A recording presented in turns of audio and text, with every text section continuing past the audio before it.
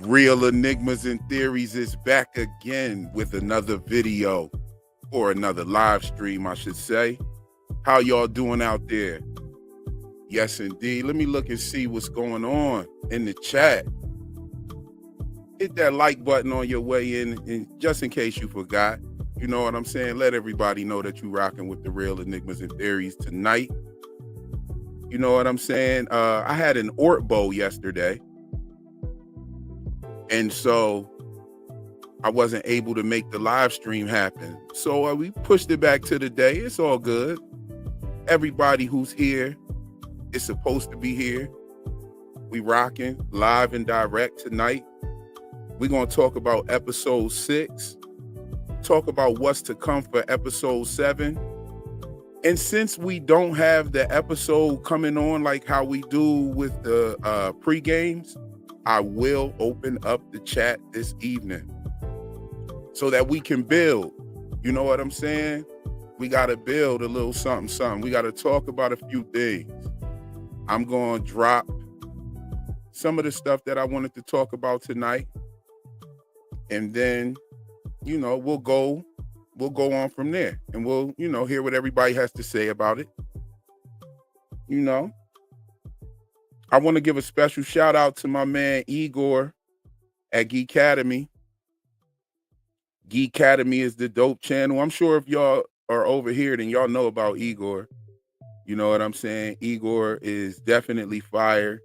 He goes through every episode of every show that he watches with a fine-tooth comb. He does some amazing live streams where he actually plays smaller YouTube channels that are actually good, that talk about Severance.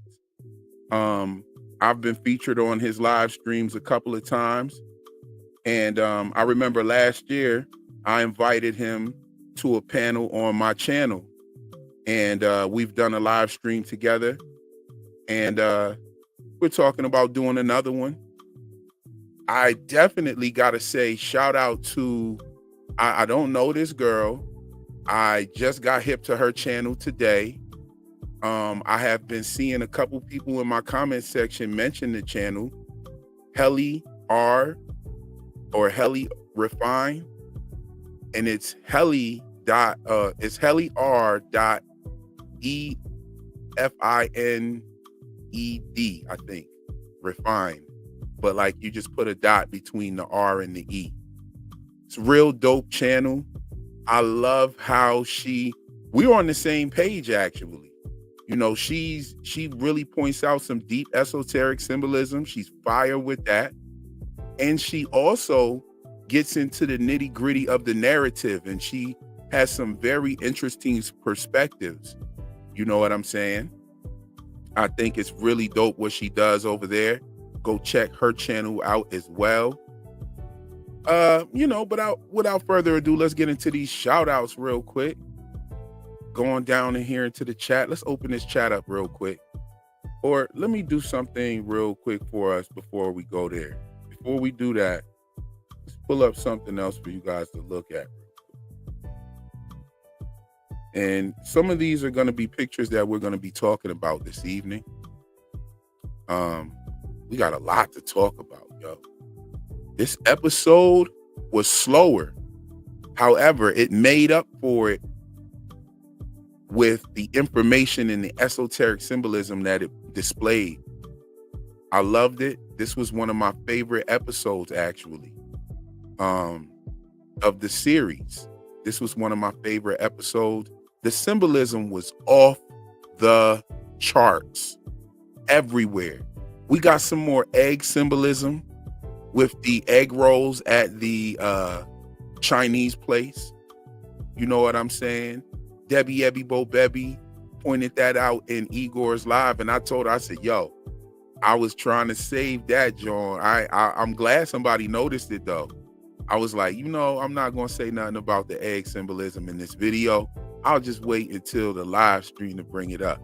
But we got our magnifying glasses on out here. So shout out to her for noticing that egg symbolism. You know what I'm saying? Let me turn this down a little bit.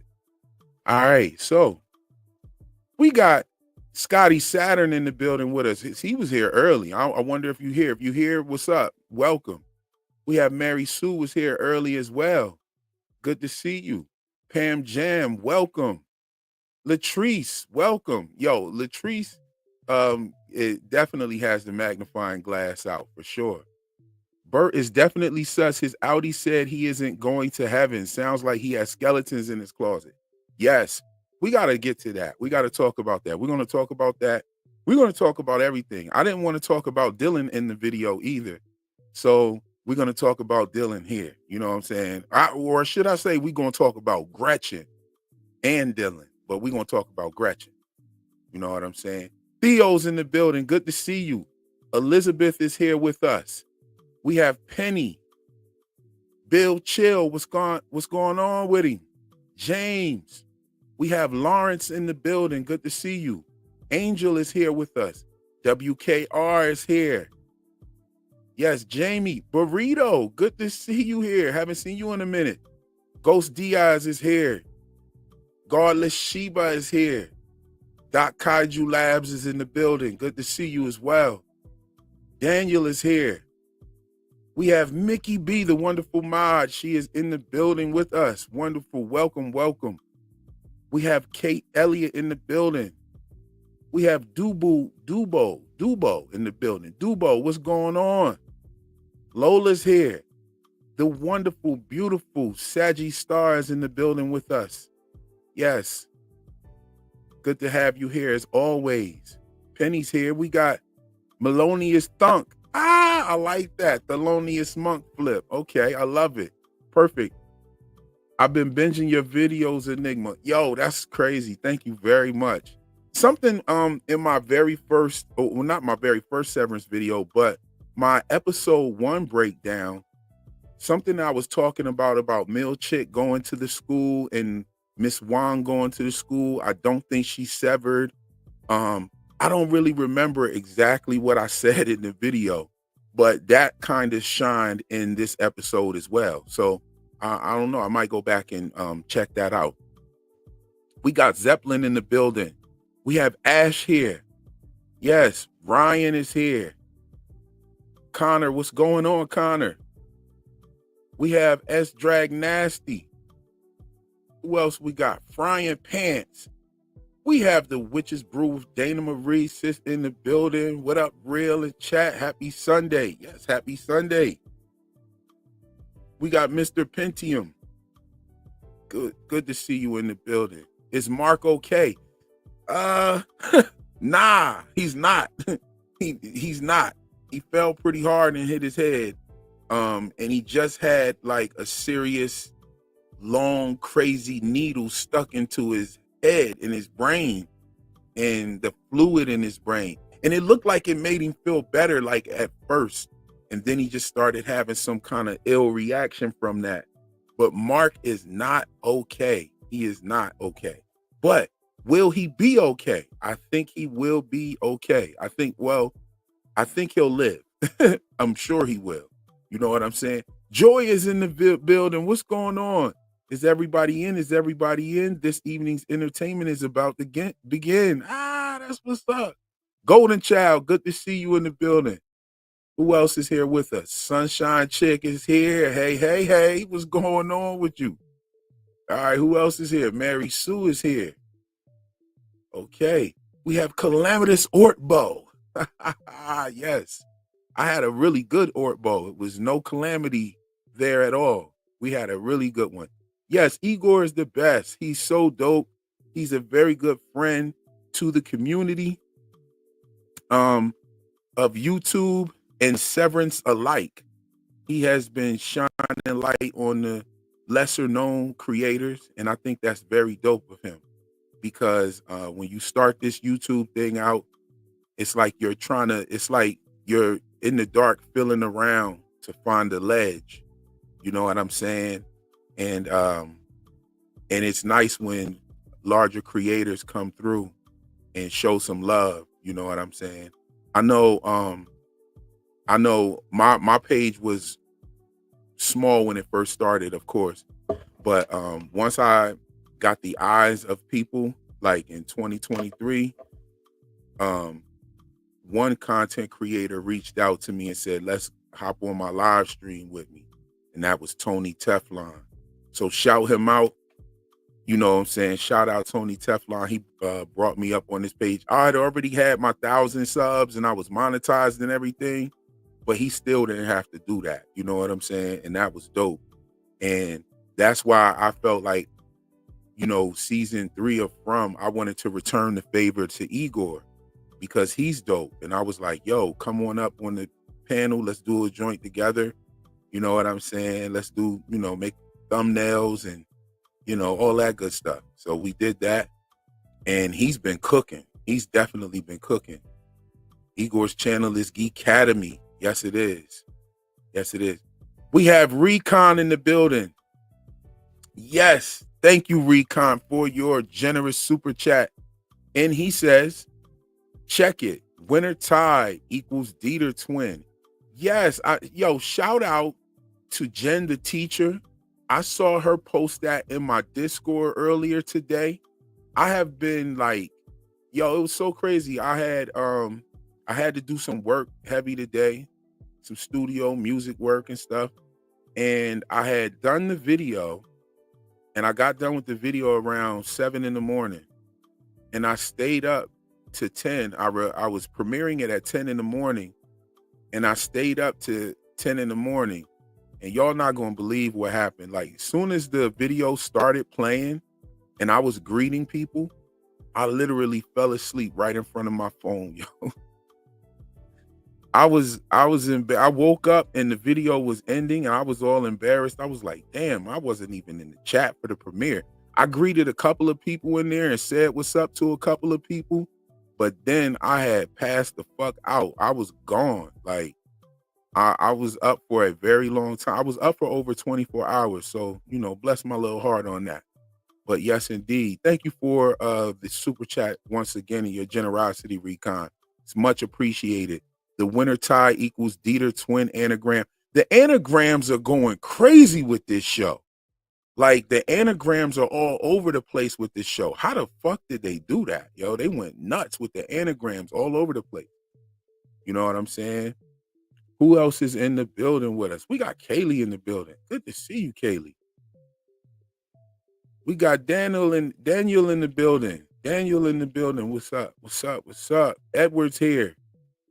We have, who else is here?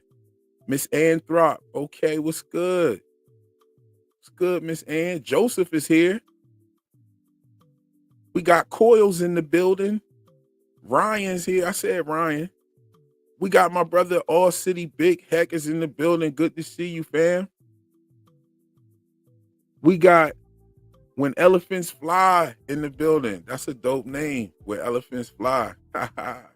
Daniel, another Daniel. We got another Daniel in the building. Who else is here? Okay, all right. Hey, Lord Corey, what's going on, G? I'm trying to catch everybody this time. Ray, Death Ray, what's good with you? Miss Kai. Who else is here? Airplane Willie. Yellow Jello. Excised. Who else? Doodle Bean. Okay. Y'all got some ill names. 62 Sue. I like that. Babylon Sister. Okay. Elijah's here. The beautiful Nikisha is here. We have Rachel in the building. Oh man, we got a lot of y'all up in here today. We rocking and rolling. Let's hit them lights. Abby the attorney is here. Hey, I'm a first timer in the live. Oh, that's what's up. That's what's up. Really Cool said, I'm here for the jokes. Oh, we got them tonight. Y'all already know the Dylan shit is full of jokes. For real. Severance is hilarious. Who laughed out loud when Burt said Jesus Christ, and Christopher Walken said, that's the one. Yo, that shit had me rolling. I laughed out loud. Yo, I'm telling you, this is definitely a funny show. Like, if you have my kind of sense of humor, you are going, that's the one. You know what I'm saying? You going to laugh at some shit like that. Like, I rolled off of that, yo. Yeah, Kaylee said yes, yes. Yo, when he did that, top tier impression, yo, that's the one. Yo, that shit had me rolling, yo. I had to stop that shit, laugh at it, play it back again. My lady was like, put the fucking remote control down. I mean it this time. I'm gonna break this motherfucker up, toss the batteries into the river. She was like, stop rewinding the shit. I'm tired of it. I was like, baby, it's not that funny to you? And she's like, no, it's not that funny. Just let it play. It was good and good. She was like, it was getting good. She was like, listen to what he's saying. You trying to make a video, aren't you? I think that's why my shit was late. I don't know. This one was a little bit too funny for me. I was laughing. When Field said, yes, we'll feed him a pile of loose corn. Yo, I was on the floor. I could not stop laughing. I just could not stop laughing. We'll feed him a pile of loose corn. And then the way Mark was eating at the Chinese spot, yo, who the fuck taught him how to eat with chopsticks? I know his lady definitely didn't teach him how to eat with the chopsticks. He was not going there in her honor to eat with the chopsticks. Dude, he might as well, like, bro, they got spoons and forks at the Chinese spot, yo. If you don't know how to use the chopsticks, just put them shits down. Like, I thought he was gonna pick the plate up and like scrape the rice in his mouth. Like, I was like, what the hell? That's why I put that in the front of the video. He acted like he was eating a pile of loose corn in this motherfucker, yo. Like, what's going on? He was eating like an animal. You feed animals loose corn. All the animal references are crazy. And I told you what my theory is, right? My theory is that they're taking the consciousness from the goats and putting them in the severed chips. Okay? The chips have the goat's consciousness in them. And when you put it in the person, it attaches to their brain and it's them now. So the Innie is a goat. That's what I'm thinking. The Innie is a goat's consciousness. I know it sounds super tinfoil, but it just makes a lot of sense. You know what I'm saying? And it's like Burt's husband knew something about the chip. Like, because they were talking about the cumin glaze with the cumin glaze on whatever bird they was eating. But it seemed like he knew. Like, yeah, it seems like to be knowledge of certain people that the Innies are actually some sort of animal. Miss Wong said, don't give them a funeral. They're going to think they're people. You treating them like people. You know what I'm saying? Even Helly says they're animals. You know, Helly told her own Innie, you're not a person. You see what I'm saying? And goats, you know, that whole having the mammalians there. I think that the human interaction with these mammalians being fed with a bottle sitting there in the husbandry tank. I think though where the dude was feeding the goat, that's the husbandry tanks. That's what I think those are right there. That's just my opinion, right? I don't know if that's true, but I think that that's what that is, right? So, you know, I believe that's my theory on that. As far as the goats and what they're actually doing with the goats and why there's so much animal reference. There was a bunch of funny shit in this episode. The fact that they had everybody was kissing at the same time with Helly, Mark, and Dylan. All three of the Innies was kissing at the same time. That was hilarious because, like, yo, yeah, and we got to talk about, we're going to get to that. You know what I'm saying? Let's see. I want to talk about the tent initiation and the initiation of the tent and the revelation, okay?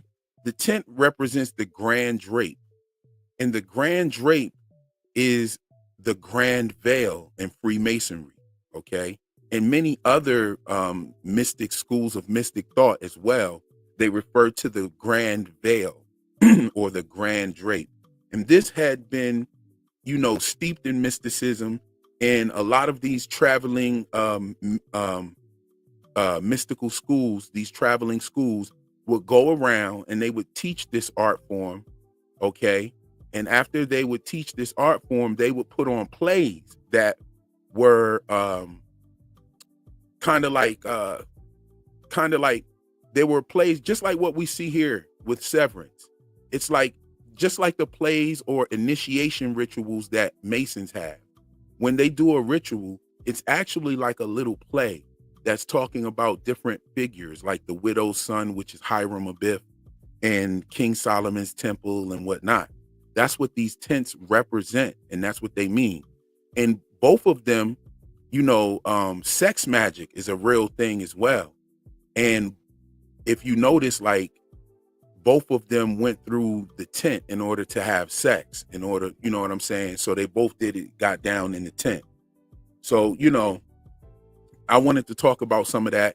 I wanted to shout out Britt Lauer for sure, because of her actually joining a circus after season 1. After filming season 1, she joined the circus.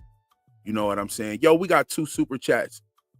We got Latia Buxton in the building. Thank you for your generosity and your super chat contribution to the channel. She says, I'm a huge fan. Love from videos, and I'm so happy for the Severance ones. Thank you very much. I'm happy to have you aboard. Better yet, fortunate to have you here. Definitely. Let's see here. What was the other one? I seen it right there. There it is. Kate Elliott. Lumon should have used sheep and not goats if they want the Innies to behave less rebellious. Woo! Kate, thank you for that comment and your generosity with the super chat. That was fire right there. That's actually pretty dope. You know what I'm saying? I think they have used the goats. I think that's what I think the goats are for. You see what I'm saying? But we'll see. We'll see. It's all, you know what I'm saying? It's all not it's all not to be revealed yet. It hasn't happened yet. We'll know. We don't know. It was a cumin glazed ham. That's crazy. Oh yeah, that's right. It was. Do you think Burt was always severed? Thank you for your generosity, the man in black. No, I don't think Burt has been severed at all. I think he predated Severance. Now, if you work for this company, right, and the Severance thing comes out, I'm sure that they would use some unsevered employees to go down there and kind of like deal with people and oversee things. You see what I'm saying? And I don't think he was severed. I think them saying that he was severed was a smokescreen.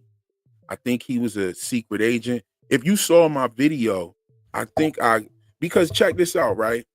Look at the tape that he created, the video he created for the Innies at the retirement party. That shit was fake. He was faking his ass off because he kept bringing it up, and it was rather like funny the way he did it. You know what I'm saying? And I think it was brilliant, actually.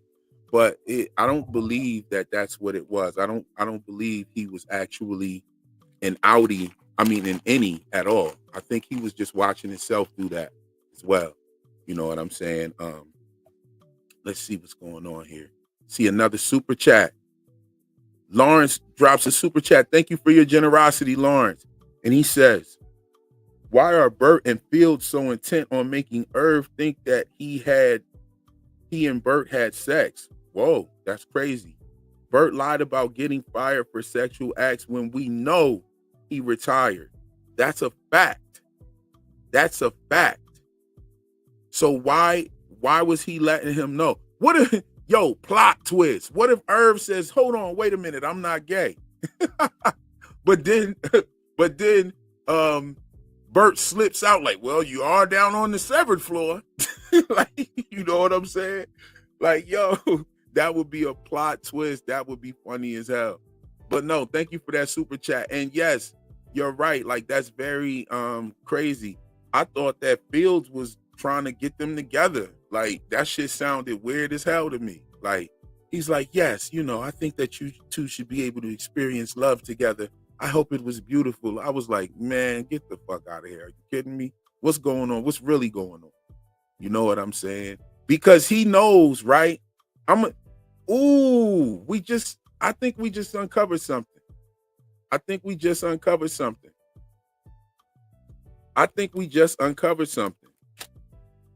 Fields knows that bro is not severed. He knows that Burt is not severed. So he's low-key pissed at him because he knows that he's not severed. You feel me? And he knows that if you had a relationship with this guy's Innie down there, then you was fucking around. That's what that was.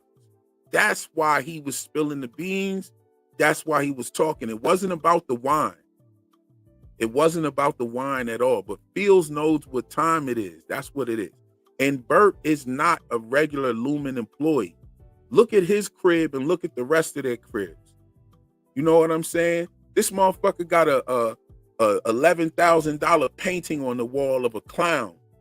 You know what I'm saying, yo? Like, and the clown symbolism with the Kier. We also saw Kier dressed up as a clown. Hold on, wait, where's the Kier clown picture? Gotta find that. Hold on, let me find that. Kier's dressed up as a clown on Miss Cobell's shrine. I know I have a picture of it here. Yeah, wait, where you at? Okay, hold up. And also, Miss Wong appears that she goes to the same school that Harmony Cobell went to. All right, so here's a little bit of, this is some magnifying glasses type shit right here.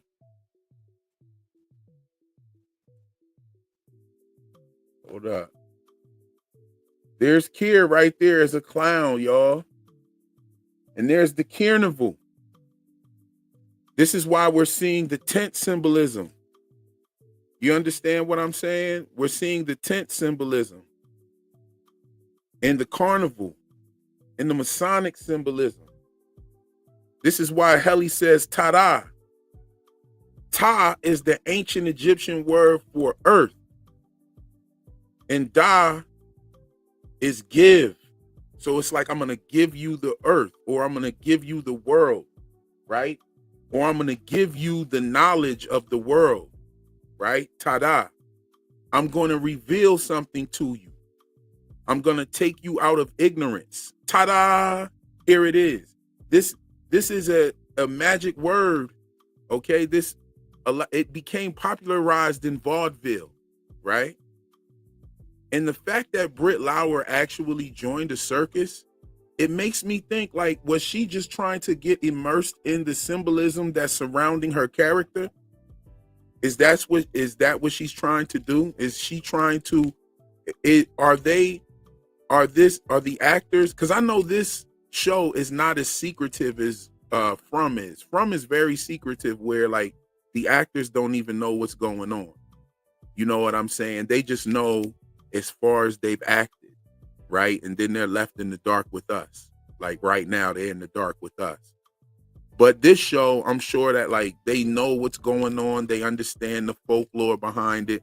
They're told to say certain things and do certain things, certain motions. Also certain gestures. The Freemason symbolism is everywhere. Hold on, let me find the one picture of the ladies in O&D was standing there with their hands crossed. We're gonna get into it, y'all. I'm just rolling up, floating around a little bit. You know what I'm saying? We about to get into it though, y'all. This is not it. And this might be a longer live. We might go 2 hours or something like that. This will be a longer live. I'm gonna open up the chat. We're gonna build. Pardon me if I haven't gotten to the chat yet. Let's see here. Okay. So what else we got going on? All right. Yo, the chat is lit. It's like 300 some people in here. Let's get it then. Let's get it then. So we still haven't found out who Ragabi's inside man is yet. You know what I'm saying? Now, I think Irv was one of them. You know what I mean?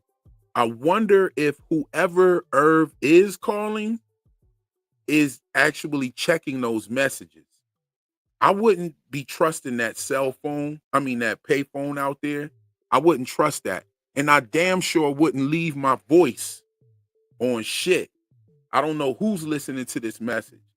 And your voice is like, that's cemented. That's cemented in time on that recording.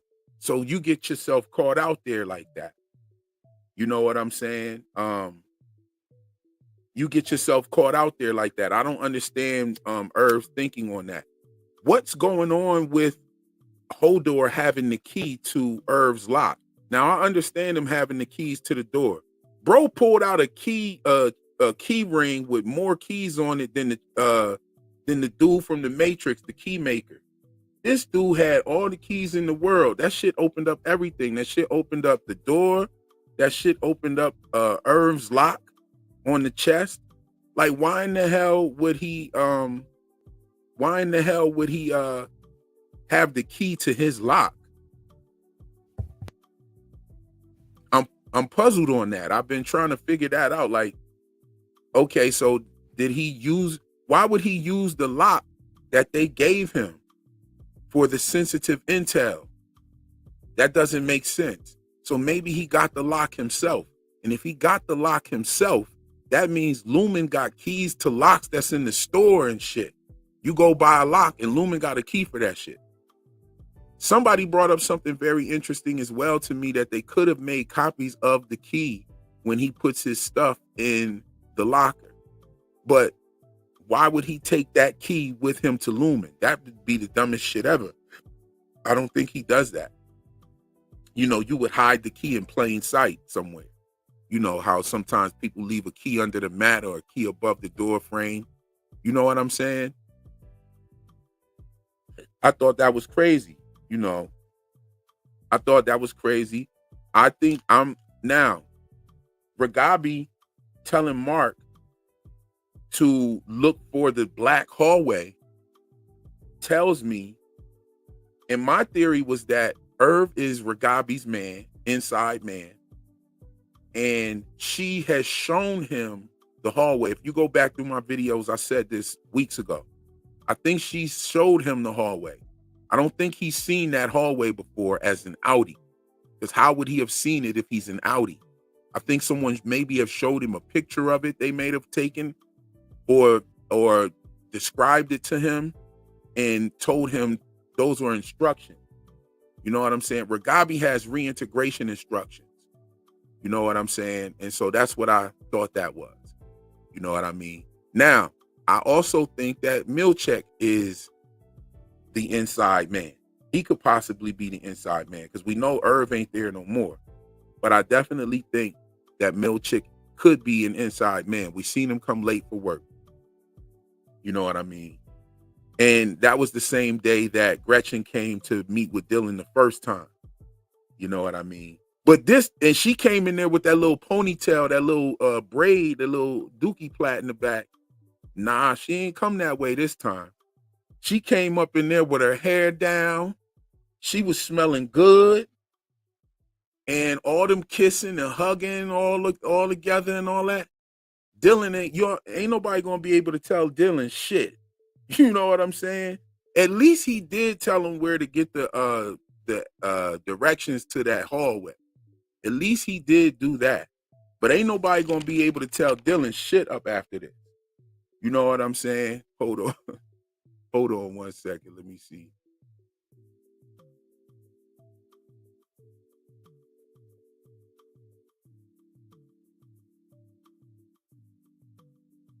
Okay, let's bring this one back real quick for a second. Dylan. Boy, you on some bullshit. I'm gonna tell you right now. You getting set up, homie. You getting set up bad. I think his girl is doing what Milchek is telling her to do. Like, He's like, yo, go in there. Don't come here with that ponytail no more. Come down here with your hair down. Come put some of that Victoria don't tell nobody on and get your ass out here and get him buttered up. I need to control him down there. You know what I'm saying? And her not telling her husband shows you these kind of tendencies. You dig what I'm saying? You know, but Dylan, he's in this month. Bro, when bro smiled, he looked like his face hurt. He looked like his face hurt when he smiled. Bro remind me of Elvin from the Cosby Show and shit. You know what I'm saying? But I think Gretchen is being told to butter Dylan up. You know what I'm saying? He is definitely getting buttered up. You know what I mean? How far are they allowed to go? Like they kissing and hugging. Last time when she was about to tell him who Seth was, Miss Wong interrupted them. Now Wong is watching them, monitoring them, or she's supposed to be, right? So how far are they allowed to go? Because you got Helly and them up in there knocking boots up under the tables and shit with plastic tents. You know what I'm saying? So how far are they actually allowed to take that shit? That whole shit with Helly, Helly looked at him like this. She said, I want my own memory. And Mark looked at her like that and said, okay, I'm ready for you, baby. I'm ready for that. I'll get down with that. I can fuck with you on that. I can make that happen. I think we can do that. And she made this face right here. She like, I know right where I'm gonna take this motherfucker. We going to the tents. She took him right there, y'all. She took him right there like she had that shit already planned when she got on the elevator the last time. She said, like, when she saw that room right there, she said, if I ever think about fucking this motherfucker or giving him some pussy, I'm taking him right over here. This is where we going. Look at this face. This face right here is like, I know exactly where we going. We going right to the plastic tents. Bang, got him. Ta-da! And whipped that shit out on him. She whipped that shit out on him so crazy, that shit gave him a nosebleed, y'all. That shit had Mark fucked up. The coochie was that good. He got the nosebleed. And then she's standing there looking like, look at her hair though. Lord, refine my mind.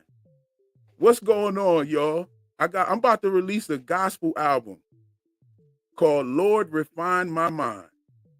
And Helly's hair. Helly, come on, Helly. You letting Mark get you on the plastic like that? Come on, yo. We don't do that. But she did that. I said, oh man, they going crazy. Yo, Milchick. Y'all saw Milchick's hand shaking? The right hand shaking, like Mark's right hand was shaking when he was getting the reintegration. I don't think that means anything. I don't think that's connected in that way. You know what I'm saying? But, you know, Wayno's in the building. Wayno said, Helly got that hot box. Yo, she put the hot box on him.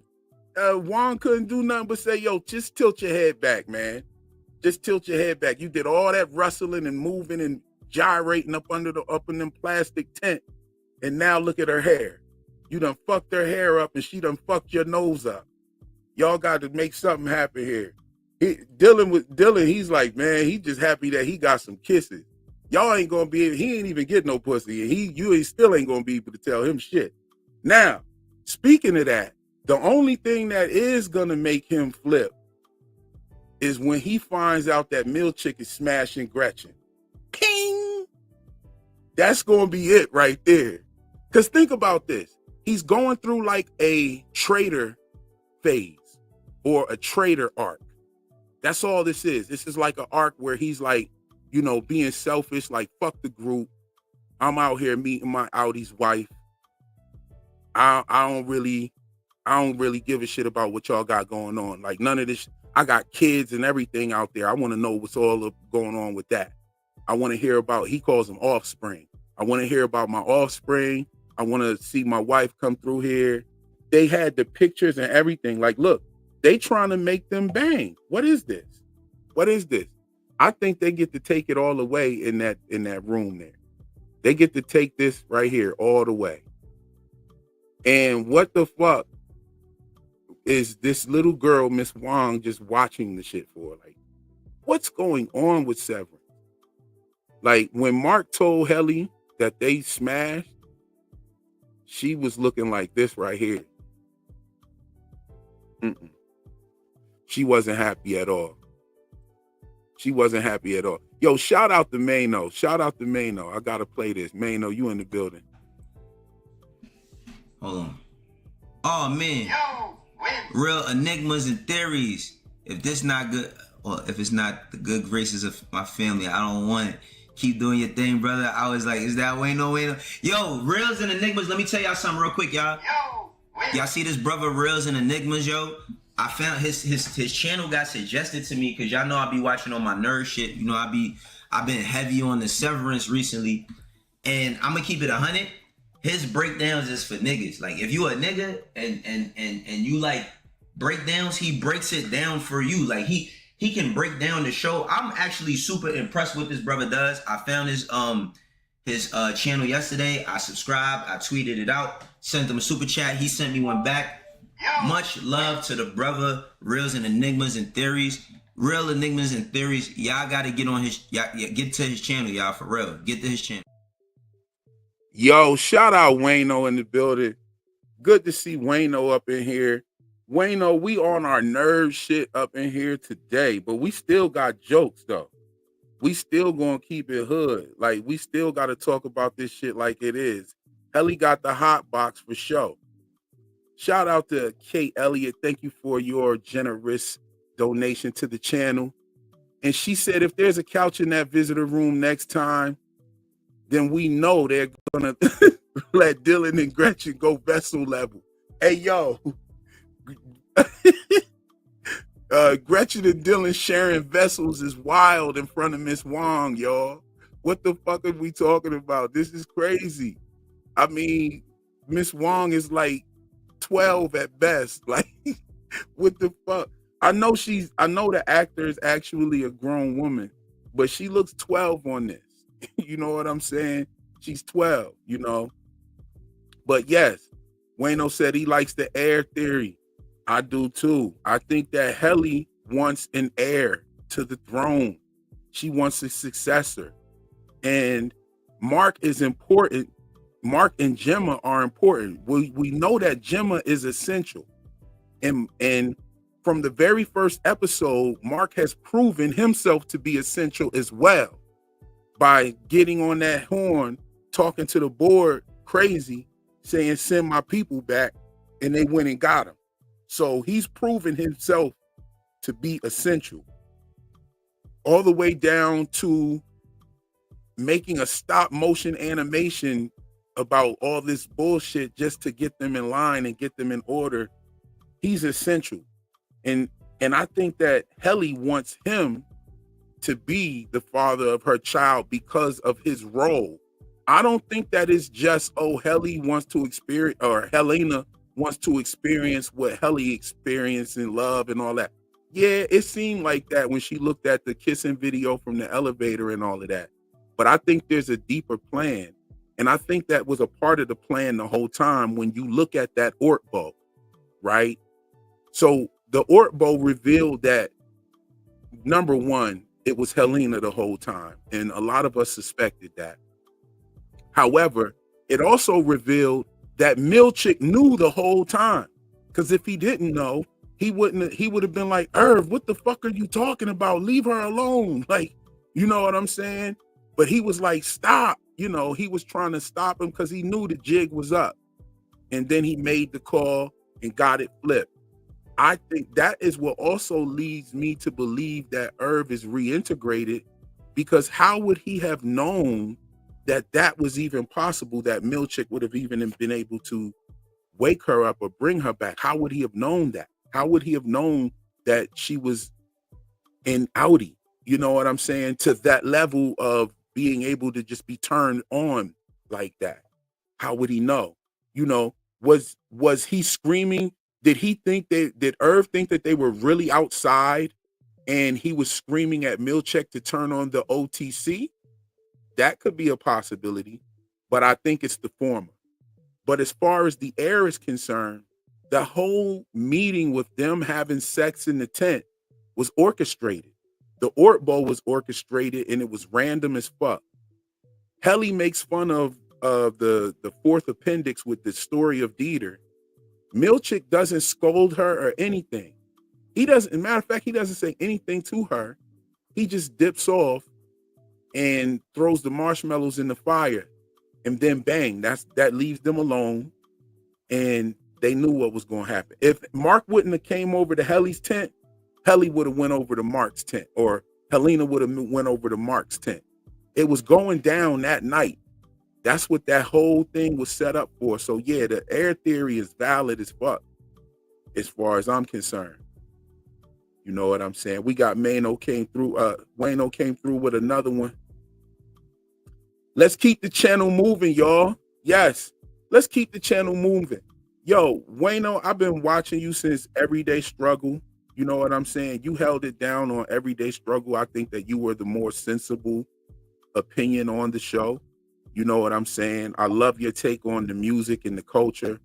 And I love how you show up for what an artist means. And your resume is crazy in the game, well respected. And I'm glad to have you over here. I'm actually like, yo, bugging out that you came to the channel. And it's pretty dope. Maybe I know you live in the A. I live in the area too. Maybe we link up sometime or something. I go to the studio quite often in Atlanta. I'll be at Patchworks and a bunch of other spots too. So yeah, Wayno's in the building. All City Big Heck know what it is. All City Big Heck know what it is. We here. Okay, so one thing that was very interesting, I found very interesting this episode, was this right here. This is the same way that the women were holding their hands when the guy came. They had on white gloves when the guy from the exports hallway came with the cart. And when he came with the cart, they had their hands just like this girl. I think that there's a doctrine that are in these Lumon funded institutes or these Lumon funded schools. And I also think that they teach the students various specialty subjects like first aid, computer science, even combat. I think they teach them how to fight and everything. This is why you see Grainer was a computer specialist who knew how to actually, dig into the chips and everything and find out what was going on with the chip. He was able to find the terminal that belonged to Ragabi. He's also the security guy. So he's probably trained in some sort of, firearms and combat, right? You have Milchick. Milchick has also displayed his first aid skills. We saw him putting the Band-Aid on Mark. Now we see Miss Wong displaying her first aid skills as well when it comes to dealing with Mark, and she's checking his blood pressure, checking his vitals and whatnot. So they seem, not to forget Miss Cobell. And we know Miss Cobell definitely went to that Egan School for Girls, right? So we know that, well, we don't know that for sure, but we know she has an Egan School for Girls poster on her shrine. So we're assuming that she went to this as well. And I'm sure that these employees all went there. Milchick, Miss Wong, and Miss Cobell all went to those schools. Probably even Natalie went to those schools as well. We also have Milchick has a relative in that's affiliated with Lumon, right? Because in the Lexington letters talks about a guy named Jim Milchick, which I found strange that Jim was also the name of one of Dylan's sons, right? So I think that he might have fathered him. But nonetheless, I think that the Milchicks probably have been indoctrinated or are worshipers of Kier and that whole movement, and they might have multiple family members within this school. Jim Milchick works for a newspaper and might even be the brother of Seth Milchick. You know what I'm saying? Might be the brother, the father, the cousin, the uncle, something of Seth Milchick, right? And so I think that the families, like most likely, I'm thinking it's his brother. Because, you know, if you go to school, your brother probably goes to the same school you go to. You know what I mean? And Jim Milchick in the Lexington letters said that he had a contact at Lumon and he wanted to quash that whole story with the lady Peggy Kincaid writing into the newspaper. He just quashed the whole story. It's like, yo, she's dead anyway. You know what I mean? And he's probably who put the hit on her, for real. Because he's like, yo, we got this lady, Peggy Kincaid. We know where she's at. She's contacted one of our journalists. And he's like, say no more. We got that. And they took care of her. You know what I'm saying? So, and these people always seem to be entangled in some sort of car accidents. And car accidents seem to be how they get them taken out. You know what I'm saying? I want to do something. I want to play one of my videos, this old video. And it's a breakdown. I just want to play a part of it where I talked about the school, right? Hold on, where is it at? Okay. I just want to play a little part. All right.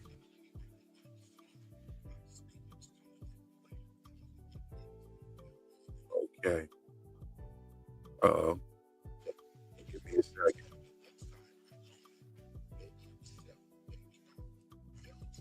Okay, here it is.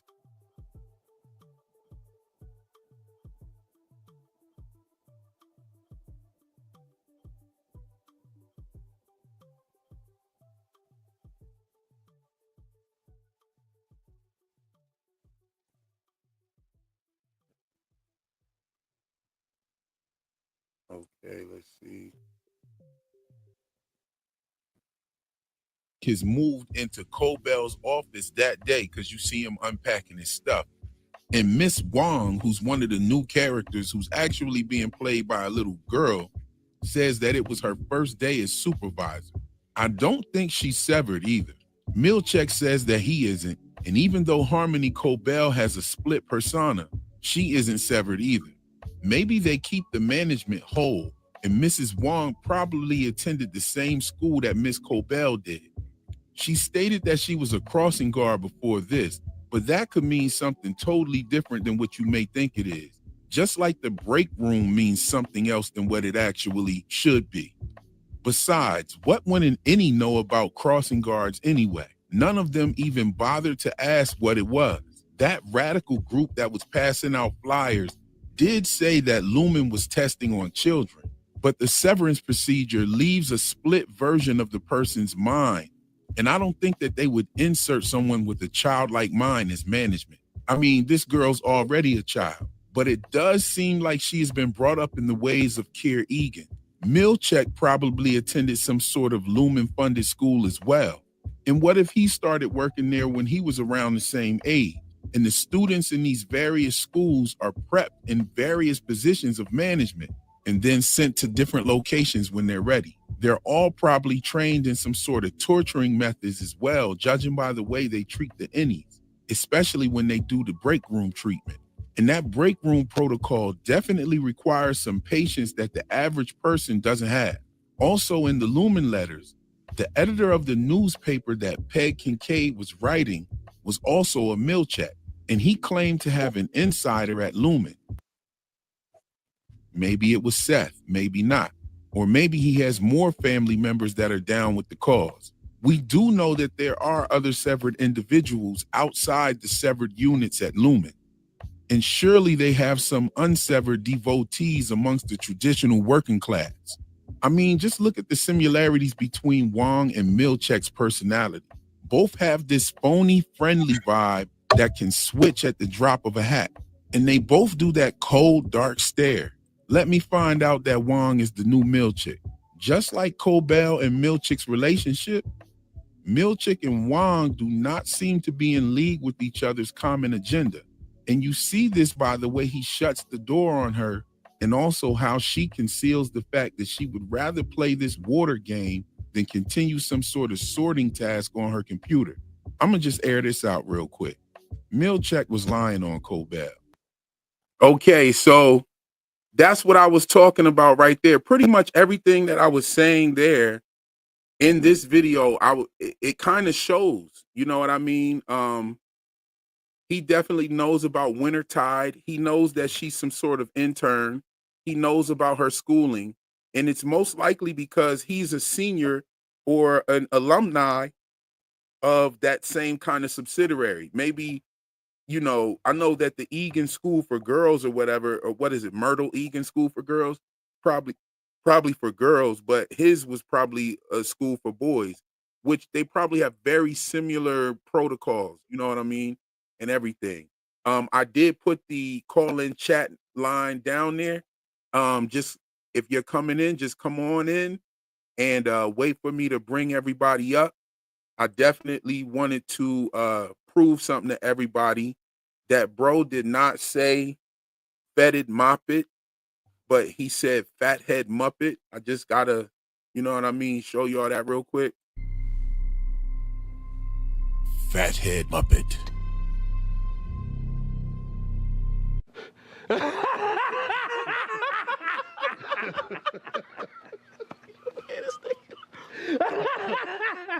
That's brilliant.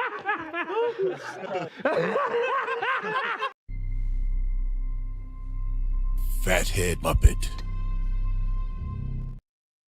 So that's what he said. I know everybody like fetid moppet or whatever was trending, and they had like a hashtag on Twitter and everything.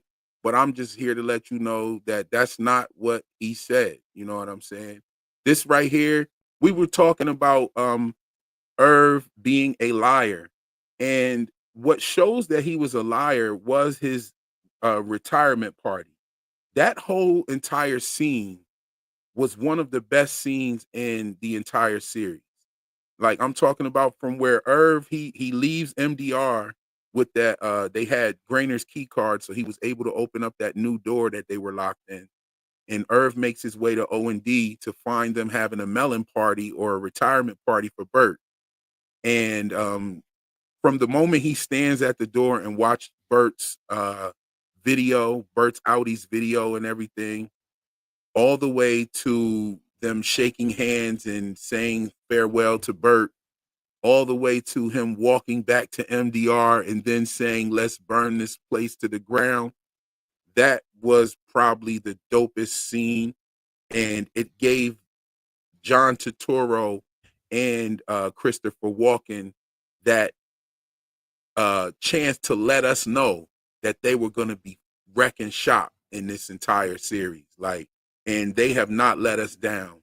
John Turturro with episode 4, that was crazy. And now we see Christopher Walken is getting more screen time, and they're using him in the proper way. So yeah, that was real dope right there. So shout out to that. Hold on, let me put that link down there. I saw somebody had the link down there. Hi-Fi Award Tour. Thank you for your generosity, fam. And he says, I told you Burt wasn't severed. I called that shit. Yo, you know what? I don't know. I don't know. You might have said that. I don't know. But if you did call that, that was a great call right there. Burt does not seem to be severed at all. He seems to be playing a role. And he seems like somebody that was put in charge of something.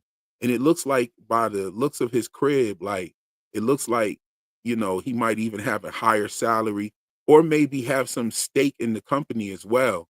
Remember, his husband referred to the person 20 years ago with Lumon as his partner. He said your Lumon partner. He didn't say your Lumon he didn't say your Lumon co-worker or your guy from the severed floor. He didn't say none of that. You know what I'm saying? He said your Lumon partner. And how would you even know? Miss Wong was accurately nursing that nosebleed. Yes. Mm-hmm. And she was checking the vitals and everything to assess when the bleed would stop and everything. And that's why she told him, just put your head back. Just keep your head back. You know what I'm saying? Yeah. But I remember learning that keeping your head back is not actually good when you have a nosebleed because that sends the blood down to your stomach. You know what I'm saying? But yeah, but she definitely was doing her thing. She had the gloves and she got busy. She wasn't squeamish. Yes. Lawrence dropped the super chat. Thank you for your generosity. And he says, I think Irv was a higher up at Lumen who got a chip reset. Okay. I also think that's what they were gonna do to Cobell. She realized it and ran away. She said, let's have a reset. And then it clicked in her mind. And then she got the fuck up out of Dodge. Now, I think that all these episodes that we have been getting and not seeing Cobell, like 4, 5, 6, and I think she's supposed to come back in episode 8. So we won't get her for 7 either. I think when we do get Cobell, I don't know if we'll get like a flashback, but we'll get some kind of backstory. You know what I mean? It might not be in the form of a flashback.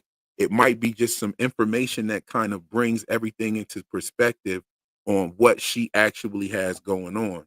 Not to mention, they're gonna show us where she's been all this time and what she's been up to. Last time we saw her, she was hightailing it out of the Lumen parking lot. You know what I'm saying? But yes, indeed, Lawrence. I mean, that's dope right there. That's definitely a dope concept that he was a higher up at Lumen who got a chip reset. Now, I don't, you know, I don't think the higher ups at Lumen get severed chips. And that's what makes Helly doing it so special. You know what I'm saying? Like, you know, I mean, I think that that's what makes it so special and amazing that that's what she's doing. But yeah, dope comment as always. Still sounds like Fetid Moppet fits the 1800s. Yes, indeed. This sounds like that, but that's not what it is. That will never not be funny. His last video all makes sense now. Hair with Grace. What's going on with you? It's good to have you here. Yes, hit that like button. Chris LaBelle is in the building, the beautiful, wonderful Mod. She's here with us. Yes, Fathead Muppet. That's what he said. But yeah, that was my favorite scene, y'all. That's my favorite scene. This part of the scene is actually my favorite part right here. You smug motherfucker. You're not severed. You walk out of here with your memories. You carry them home with you every night. No one can rip them away from you, snuff them out. Like they never existed. Like you never existed. That's enough. You will go back to MDR. Mr. Milchick, please. It'd be so wonderful to have him here. That right there, that scene right there. And then the last time we saw any Burt, Milchick pretty much said, he was like, I'm going to strip your shit away like you never existed. It'll be as if you never existed on the 7th floor. And he did that shit too. He even photoshopped the man up out the picture. How petty is that? Bro, you could have just took another motherfucking picture, man. Like, what the fuck, bro? Like, you could have just took another picture. You had to Photoshop this dude. Who is severed employees made that. They probably used severed slaves to make that stop motion animation. Do you know how long it takes to make stop motion animation? The shit is a grueling process. I had somebody come in the comments saying, stop motion animation isn't that hard. Get the fuck out of here. I know what stop motion animation is. I watched Gumby. I know what stop motion animation is. You know what I'm saying? That shit's hard. That shit is not easy to do. You do it. You know what I'm saying? Let me see you do a stop motion anime. And the level of quality that they had, like the dolls and everything, man, they must have had some severed workers. There's no way. They had to have like a team of 1,000 severed workers to get that shit done in the time that they got it done. Because ain't no fucking 5 months go past, like Milchick said. It was only 3 days. You know what I'm saying? So yeah, that shit was crazy. No, 2 days. It was 2 days. 2 days went by. Next thing you know, all the team is back and they got a whole stop motion animation. That was crazy. And also a newspaper with a Photoshop MDR team in a parade and shit. Like they're famous. Like that whole thing is wild the way they did that. Now you got Photoshop images. Whoever, they got some severed workers that are talented as fuck. And all the severed workers seem to be talented, right? Because who's doing those paintings? It, some people are theorizing that Irv is who is painting the paintings. I don't think so. Like they say, some people saying he had a chip reset and doesn't remember. Now, I'm not going to sit here and argue with y'all about these quarters, but I'm gonna tell you right now that the quarter system, the 3-month quarter, that is not what Lumon is using. Lumon is using a different quarter system. They're using a different solar system. They're not using the same system like we use. 3 months is 3 months is a quarter and 4 quarters is a whole year. That's not what they're doing. They're doing something different. I think they're doing 9-month quarters. Now, a lot of people are laughing at that theory. But if that theory comes to be, then, I don't expect any of those guys to come over and be like, yeah, you got it right. And that's okay, because they did the same shit to me when I had the egg symbolism and Fatima lays an egg and from. They laughed. It was like, what is this dude talking about? Deviled eggs and blah, blah, blah. And I was like, yo, deviled eggs was also in Severance. They got the Severance deviled eggs. Don't sleep on the egg symbolism. The egg symbolism represents fertility. And when you got, Mark done hit it like 3 times now. She's got to be pregnant, right? She's definitely pregnant. You know what I'm saying? So Helly's pregnant. So yeah, that's what that is. You know what I mean? Vic is in the building. She says, hit that like, it's free. Good to see you here. Good to have you here. Yes, let me look through the chat since nobody's hopping up. Nobody's on. It's 384 people in here. You mean to tell me nobody has anything to say? The chat is lit. I'm going to post it in there one more time, see if anybody wants to come up. Somebody was in here. 2 people came in here and they left. And one left right when I was getting ready to clip that. Real had the Gumby fade in 89. Yo, I had the highest high top fade in my school, yo. I remember my uncle dyed the top of my shit too. I'm a light-skinned brother. I had the whole like kid and play. My shit was taller than his. Pause. And my uncle tried to dye the top of my shit, and the dye went all the way through like the middle of my head. So, but you could pause it. You couldn't see it. There's somebody. Lawrence, what's going on? Oh, Lawrence, you got to fix your mic. I'm gonna kick you from the room and just come back in and fix your mic. That might work. You there? Yeah, I'm here. Can you hear me? Yes, I can hear you. I can hear you loud and clear. Good. Okay, that's awesome, man. Thanks for having me on, brother. Indeed, no problem. Yeah, so you notice I kicked a couple of theories your way. Like me and my queen sit and talk about this show all damn day. I sit and just cook up theories. So the reason I mentioned that deal with because Cobell was on the board for the overtime contingency, that's why I thought Irv might be reset too. So not higher up, not as in like Drummond level or something like that, but maybe he was like a floor manager or something like that who like violated and got reset. Okay, yeah. Which is why I think he's seen the hall before. Oh, so you saying that Irv seen the hall before? Okay, so how his Audi have seen it? See, that's the that's the kicker there. So I think he wasn't severed or something. Maybe he wasn't severed and he was going up. He was working on the severed floor, but he wasn't severed. But I think to work there, you might have to have the chip, whether it's active or not, because Cobell was definitely on that wall as well. Well, Harmony S was on the wall, so you Harmony think S, true. right? So you think that's Harmony Selvig? Yeah, I think that's Harmony Selvig. I think it's another person named Harmony. Totally. Oh, okay. We seen a Devin on Irv's list of severed employees, which is That's also probably true. some people might think that's Irv's sisters. There's Yeah, two. just Harmony's a rather unique name.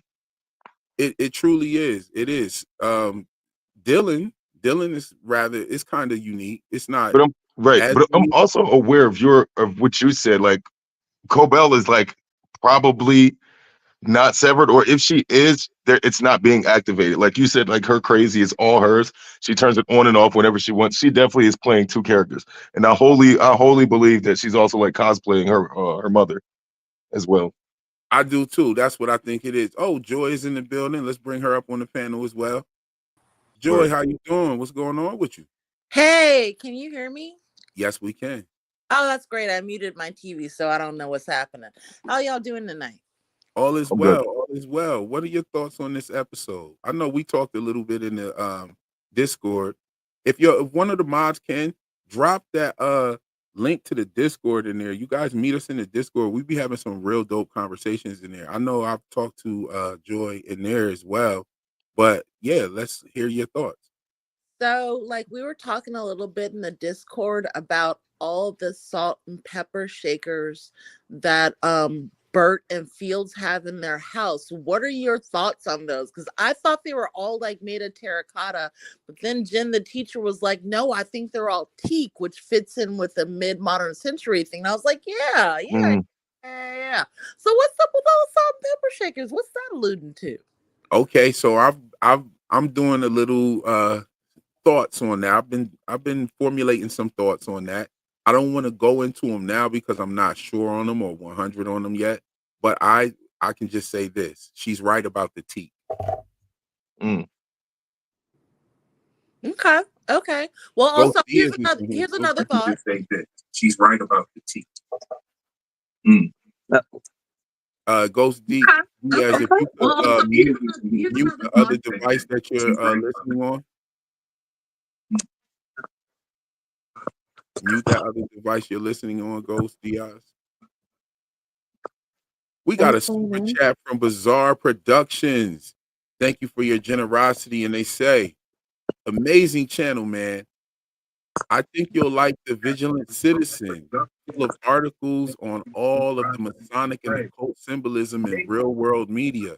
I will definitely check that out. I think that Can you hear me real? yes, I can hear you.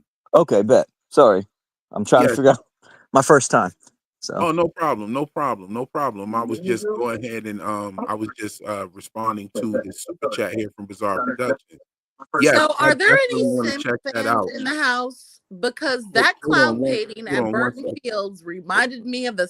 Hold on one second. Hold on one second, Joy. Yo, and Bizarre Productions, I definitely want to check that channel out. I think I saw your comment on that in my comment section on one of the videos, and I just didn't have the time to check it out. But thank you for the generosity with the super chat, and I will be checking that out, and I'll let you know what I thought about it. Sure.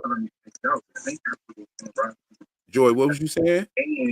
Oh, I was asking if there's Sims fans in the house. That painting of the clown in Burton Fields' house reminded me of the sad clown painting of Sims. That would make the Sims depressed. Oh yeah, when I saw that, somebody has a device on. Okay, yeah, that's Ghost Diaz. You got to turn your device off that you're listening on. I muted your mic, but I'll unmute you real quick. See what you got going. You got to turn your device off. Yeah, you got to turn your device off. Get some headphones. My bad, everybody. We rocking and rolling. We still rocking and rolling. Ghost Diaz, let me know when you just say something in the chat when you got it situated. We'll bring you back up. I got you. But back to the sad clown painting. Yes, the sad clown painting. The sad clown painting immediately made me think of the Kiernival. Like, and I've been talking about the Kiernival and the fact that he's been involved with that, that era of time, and that's what I thought about. And then when I looked the painting up and like I screenshotted it and dragged it into Google, And I looked it up and seen that it was an $11,000 painting, and I was like, "Yo, get Jesus. the fuck out of here!" So, yeah, I thought that was crazy. You know, Ghost Diaz, you there? Lawrence, you there? What's going on? What's Yeah, up? yeah, I'm here, brother. I'm here, brother. I was just I was over here contemplating like that milkshake scene again. You know what's funny is I think he's getting like the reverse. Yeah, He's I'm getting here. like the reverse black treatment right now at the spot. So it's literally he's getting in trouble for using, basically having too much poise and using too many large words, which is almost like the opposite of the judgment that we typically get in workplaces, where we usually, people judge us for like the slang that we do use or the shortening of words or like the non-corporate vernacular. It's funny that he's like being punished for using like that kind of vernacular as a And black person. I think it's all like the this funny leaders little up twist on use it. that same vernacular. Once more? Yes, I do think it's very interesting how they're touching on that level of social commentary within the Yeah. show. I think it's done really well. Yeah. Um, It's tasteful. it's very tasteful, and it really speaks to the reality of this kind of situation. It's especially without making the whole show about it. However, Right. taking us through Milchick's actual journey on his higher level of position. Like it Yeah. seems like all this shit started once he became the manager of the Severed floor. And it kind of makes you wonder, was Cobell going through monthly evaluations? Yeah. Yeah. Maybe Yeah. when you first become a manager, you have to go through these evaluations or something like that. But it does seem crazy that they're reprimanding him or even bringing up his vernacular when they Yeah, knew, that's insane. like, how what this dude said, contretemps, like Yeah, contrepoint, something like this. Yeah. like like he's saying this shit with the French accent and everything, and then he turns around and talks about Milchick using too many big words. Um, Right. and it's crazy to see Milchick sit in the mirror and actually um push himself through, Yeah. so that it makes you say, what is his real motivation? Why Yeah. is he, why is he not like, fuck this job? You know what I'm Yeah. saying? That's what makes me think that he has familial ties to Lumen as well.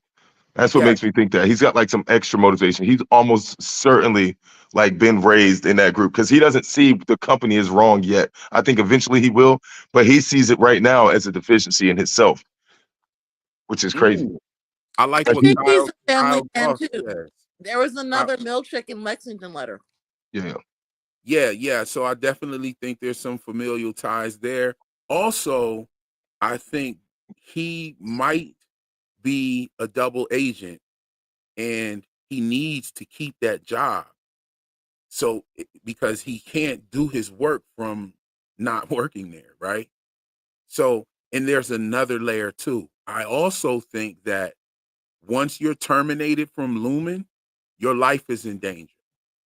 You know what I'm saying? So there could be a multiple levels on why, and if I was at a situation like that, I'd want to take that shit down too.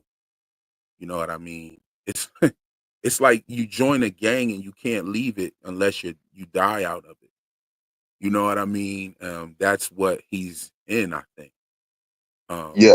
Yeah. I think once It's you let definitely go a from get down or Lumen, lay down type of that's where situation once you inside. once you're let go from Lumen, you're under surveillance. You're We want to know who you talking to. I would think that. All right, so if you don't, here's the thing, right?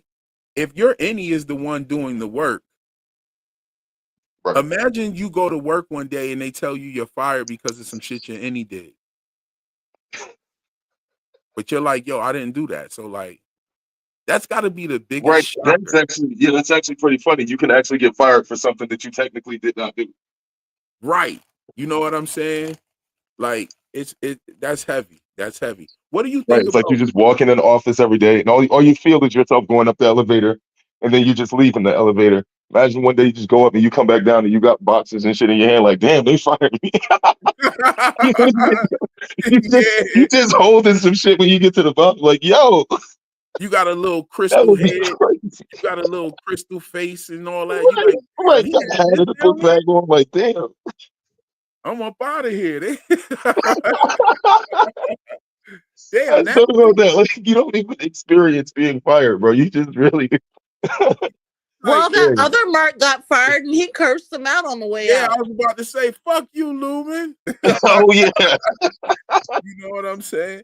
The way he Yeah. said it was just like Thought he was Julie's mad tight. band when they were playing that song. Yo, that whole scene with Mark W.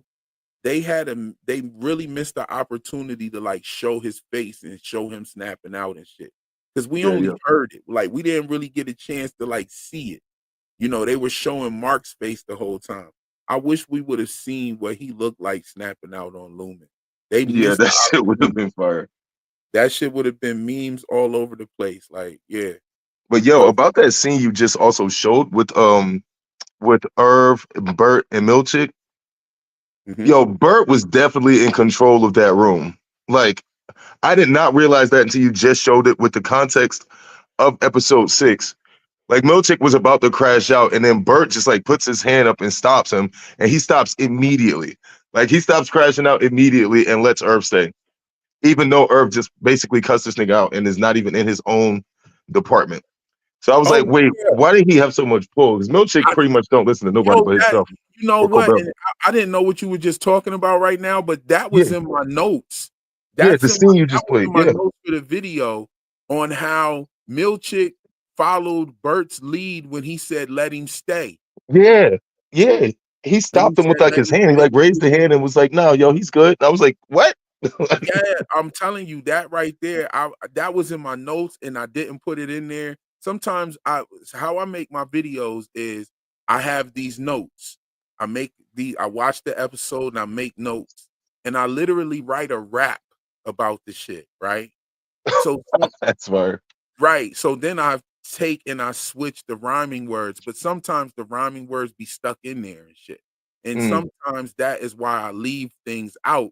And I say, okay, well, I'm going to talk about this on the live stream, or Yeah, I'll talk yeah. No, about this. I rap too. My scribbles be out of control. I'd be like, man, I forgot to use that punchline. It'd be written on the side of my Exactly. page It be somewhere. written on the side of the page. You like, damn, I forgot to put that one in there. And yo, I had that in the notes because it reminded me of how Milchick was playing along with Helly. Yep. Or Helena at the Ortbo. He was playing along the whole time. And she was causing disruptions. There was like even a funky little smirk that she did when they were playing before they played that little stop motion animation in that break room. And Yeah. they like looked at each other. Bro, I'm not Like, gonna lie. I was team that was Helly all the way until that episode. I was like, nah, man. I thought they was trying to do like a double reverse on us. I Yeah, was I was like, man, I thought it was too obvious, and I thought it would be corny, but it turned out to be pretty fire. I was But probably yeah, 50% either way until the Ortbo episode when yeah, Irv said, "Where did you just come from?" And she said, "I don't know." I said, "Man, what the fuck you mean you don't said you know where you lying. came from? You lying your ass off. How do you I not don't know?" know. Like I just she's a came from bad right liar over too. She here can't by never the make up nothing ocean. off the cuff. Yeah, Right? Why did she have no cover story for anything ever? She's so bad at lying, bro. yeah, she was trash at being Helly, yo. Like Yeah, I've rewatched it since, and I was like, bro, it's garbage. Like she's not even close to her, bro. she said a night gardener. Like the And then night she stood on gardener, it. Yeah, yeah. and she was like, yeah, a night gardener. But she Like, knows that. Like she's a real person. She could have made up anything that makes sense. yo, she was terrible at that. And even I think her interaction with Mark was like way off. Like Yeah, she if she was trying to get some information or get next to Mark, yeah, she's terrible at it. yeah. I mean, Like we the should have known off the rip no, from that weird ass like stare off pump fake on the kiss that they had in the hallway. We should have known that wasn't Helly for real. yeah. Because Helly be getting to it. Yeah, Helly But would have why got didn't she you. up her game when she was the real Helena, met Mark in the Chinese food restaurant? She seemed like she was at the top of her game then. I ain't gonna lie, bro. She was charming me through the screen. I'm not even gonna hold you. I was like, yo, this is terrible. I was like, why is this working? And I know who she is. She evil as all. She evil as hell. And I was like, why you looking at me from across the bar like that, shorty? Like, Yeah, she was terrible. Everything about her, she's just offbeat, and I think she really doesn't like being a Lumen. I mean, an Egan. yeah, That's yeah. what I also don't having think she's a been problem. touched a lot before. Right. That part. Yeah, That the I think sense of even like like, people touching her what do you hands and guys think? shoulders and What all do you this stuff guys is think still about weird. the sense of the five senses commonly being brought up in the show? Yeah, Well, Mark says, "What's that smell?" You got fetid moppet. You got the yeah. ear hearing thing. You got him burning images into his eyes, the sight. You got Ragabi asking him what did his mouth taste like. You Hmm. got, you know, she was like, "Yo, these the eggs really taste good." Like, you know what I'm saying? What do you think about the five senses showing up? And now we have the sense of I touch. think I think one of the main ideas of the show is dissecting what it is to be human and then taking that idea and then stretching it. It's almost like that thing that they do in improv. It's like the yes and. So it essentially never stops. It's like, are we our five senses? It's like yes and. Are we this, that, yes and? Are we a soul? Yes and. So I think they're trying to they're being really visceral with all five senses, and they're doing that same thing with like the mind and the way we look at relationships. They're taking apart every single aspect of what it means to be a human, and essentially asking like, are we human without any of these things, or are we still? I was right about to ask you about what you thought about that the Innie having a separate soul than the Audi. Oh, Do okay. you think that do you think that's a straight up setup from Lumen in the church? Do you think that people genuinely believe that, and do you believe that to be possible yourself? That sounds All like some right, I'm gonna propaganda get to to that get you right to get after severed that are religious. Yeah. I'm gonna get into that right after this super chat right here. Hater headquarters, what's going on with you? Appreciate the super chat, fam. The whole thing is Shrek versus Minions. You think you're Shrek and you have order in your own swamp and layers, but you're a minion, unique, but essential to the group. You ogre coping or minion grinding. Okay. I'm not sure. You lost me there, bro. Like Yo, hey, he lost me right at the end. every single live stream I have like these confusing super chats. And I Mm, see somebody in the chat when I was cutting the last live off, it made me laugh my ass off. He was like, "Yo, I'm gonna send in my next live, I'm gonna send in a confusing super chat." And I don't know if that was hater headquarters and he's coming through making on good on his promise or what, but yo, this one confused the hell out yeah, of me. I You keep asked reading it, and I was it's like tripping me Shrek out. versus Minions, and I was like, was there any minions in Shrek? And I was like, okay, so now he like I was man, you had me over here doing triple Walter White math in this motherfucker. Like I was I'm trying to figure this shit out. Like, but dig it, I right? So respect your grind, bro. uh, thank you for the super chat nonetheless. I was like, huh? Everybody was like, what? Huh? We got the people in the chat like, what's going on? Yes, but like Beverly Jackson says, the wonderful, beautiful mod. She says, thank you for your super chat and support. Yes, indeed. It's much appreciated, Hater Headquarters. You know what I'm saying? Drop. I'm looking for your comment. Drop in there what you was going to say. Now, while I wait on Hater Headquarters to kind of elaborate there. But all right, so the Innies and their souls. Now, I stated before that my theory is they're actually using the consciousness of goats to be the conduit to facilitate the any, right? So, uh-oh. Yeah, yeah, I'm Can you, back. can you hear what I was saying? Nah, I missed it. I heard Okay. it. Okay, so we back. All right, so I stated earlier that I think that the goat's consciousness is being placed inside the severed chips, right? And this is why they Ooh, act like kids, right? Hey kids, what's for dinner? Hey kid, you know what I'm saying? All of the Yeah, goat yeah. references and whatnots, right? And then you Correct. even had the mammalian dude dressed as one of the goats. And I think I hope that but he I hope they're not going there with on some bestiality type shit, Yo, but that would be OD. that would be OD. Yeah, Like, but he was like the black sheep or the black goat, right. which is definitely the Baphomet deal. Yeah, Is when he the stood up, that tripped me out. But it's like yeah, leading the flock or whatever. But I think that was absolutely. more, yeah. And they made sure that they gave him horns that did the spiral and everything. I was like, Leading the wow. flock, man. I think there's some animal husbandry going on. That man, that man in that suit. Yeah, that Yeah, the was man in the kind of suit, crazy. he had like a hard week, didn't he? Yeah, he Pause. looked crazy, bro. He looked crazy as hell, but before he was like fresh and clean in there when he was Like, I wonder what he thinks he does, like at work, because like you gotta smell like ass and a half, bro. yeah, Like, I know you coming up out that motherfucker smelling like sour sausage and ass tips. Like, what the fuck? You gotta be smelling like all kind of grass and dookie, bro. yup, What all the day. shit? And I mean, even if you take a shower, you got to take like 3 showers to get that kind of smell off you. You gonna Yeah, still bro. smell it a little bit after the shower. Yeah, you After gotta put some oil on after that. yeah, you gonna Right? have Them animals gonna be coming out of his pores. What does he think he yeah. does?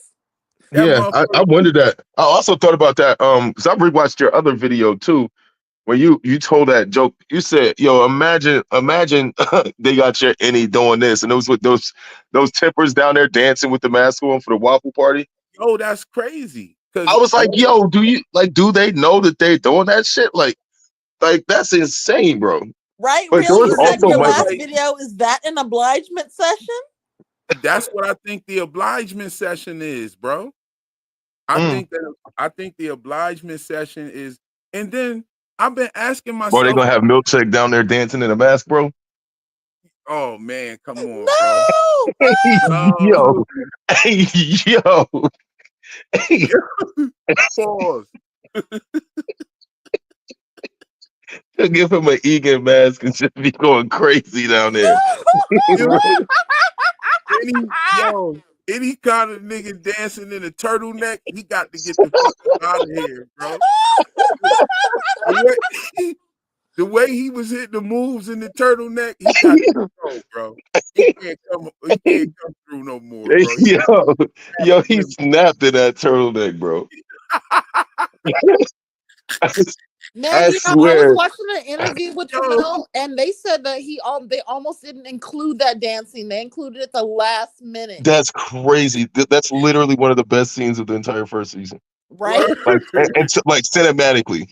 Word, yo, cinematically, everything, the colors, Yo, that was like Hype Williams, bro.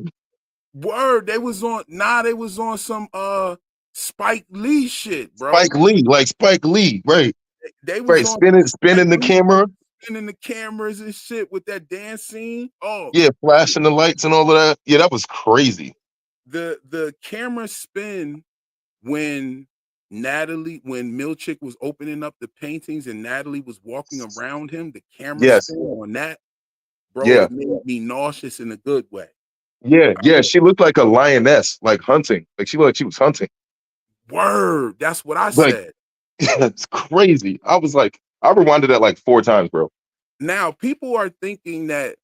Let's talk about that. We talked about the social effects of Milchick's verbiage, right? Correct.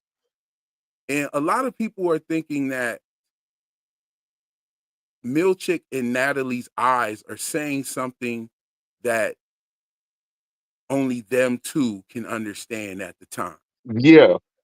Well, Natalie looks afraid when Milchick brings it up. She looks like horrified, but like only in her eyes. It'll reach the corner of her mouth. She looks legitimately afraid. And I can't come up with anything. Maybe we can brush up on that. Maybe like what would be scaring her so much about that subject specifically? What is it just maybe that the board might feel spurned if Milchick is like, nah, I'm not really fucking with this. Like they would just I don't understand. I don't know why it scares her so much. Real said previously that her mortgage is almost paid off. That's what's up.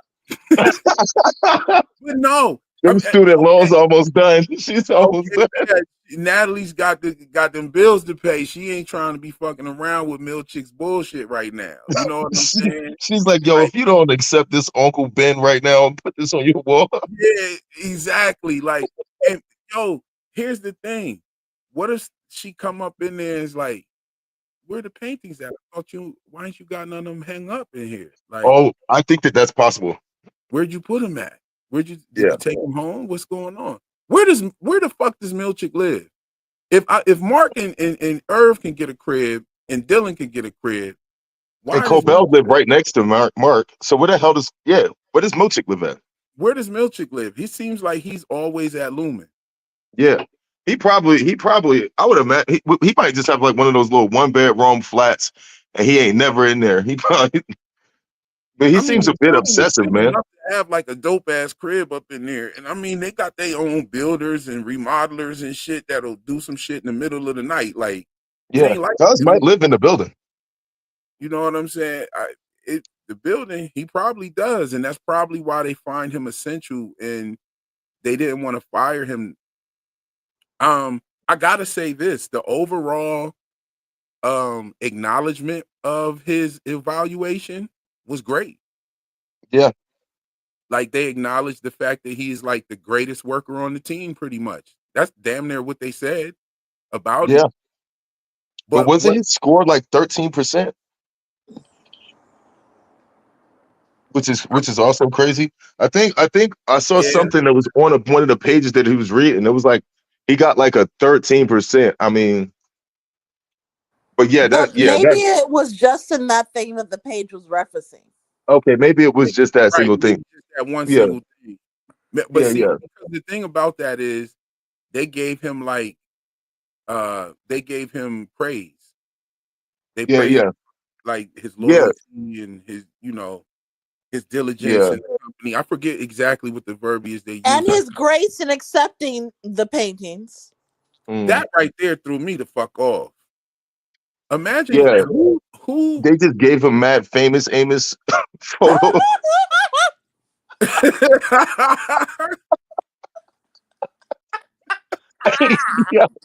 Hey, yo, that was famous Amos. They think they split.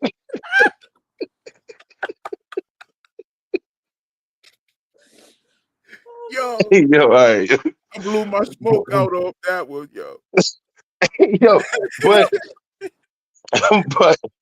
but the recanonicalize was crazy because when they said that, I remember looking at my girl and I was like, bro, they about to do some crazy shit right here. And they really did do that. It came at a good time, especially when the discussion around DEI is so large, like in our real world and shit. So I think that was like, it was like, what do you mean by inclusion? Like, all inclusion is not good inclusion. Like, because like it's almost like they said, oh, you want a race swap character? Well, here you go.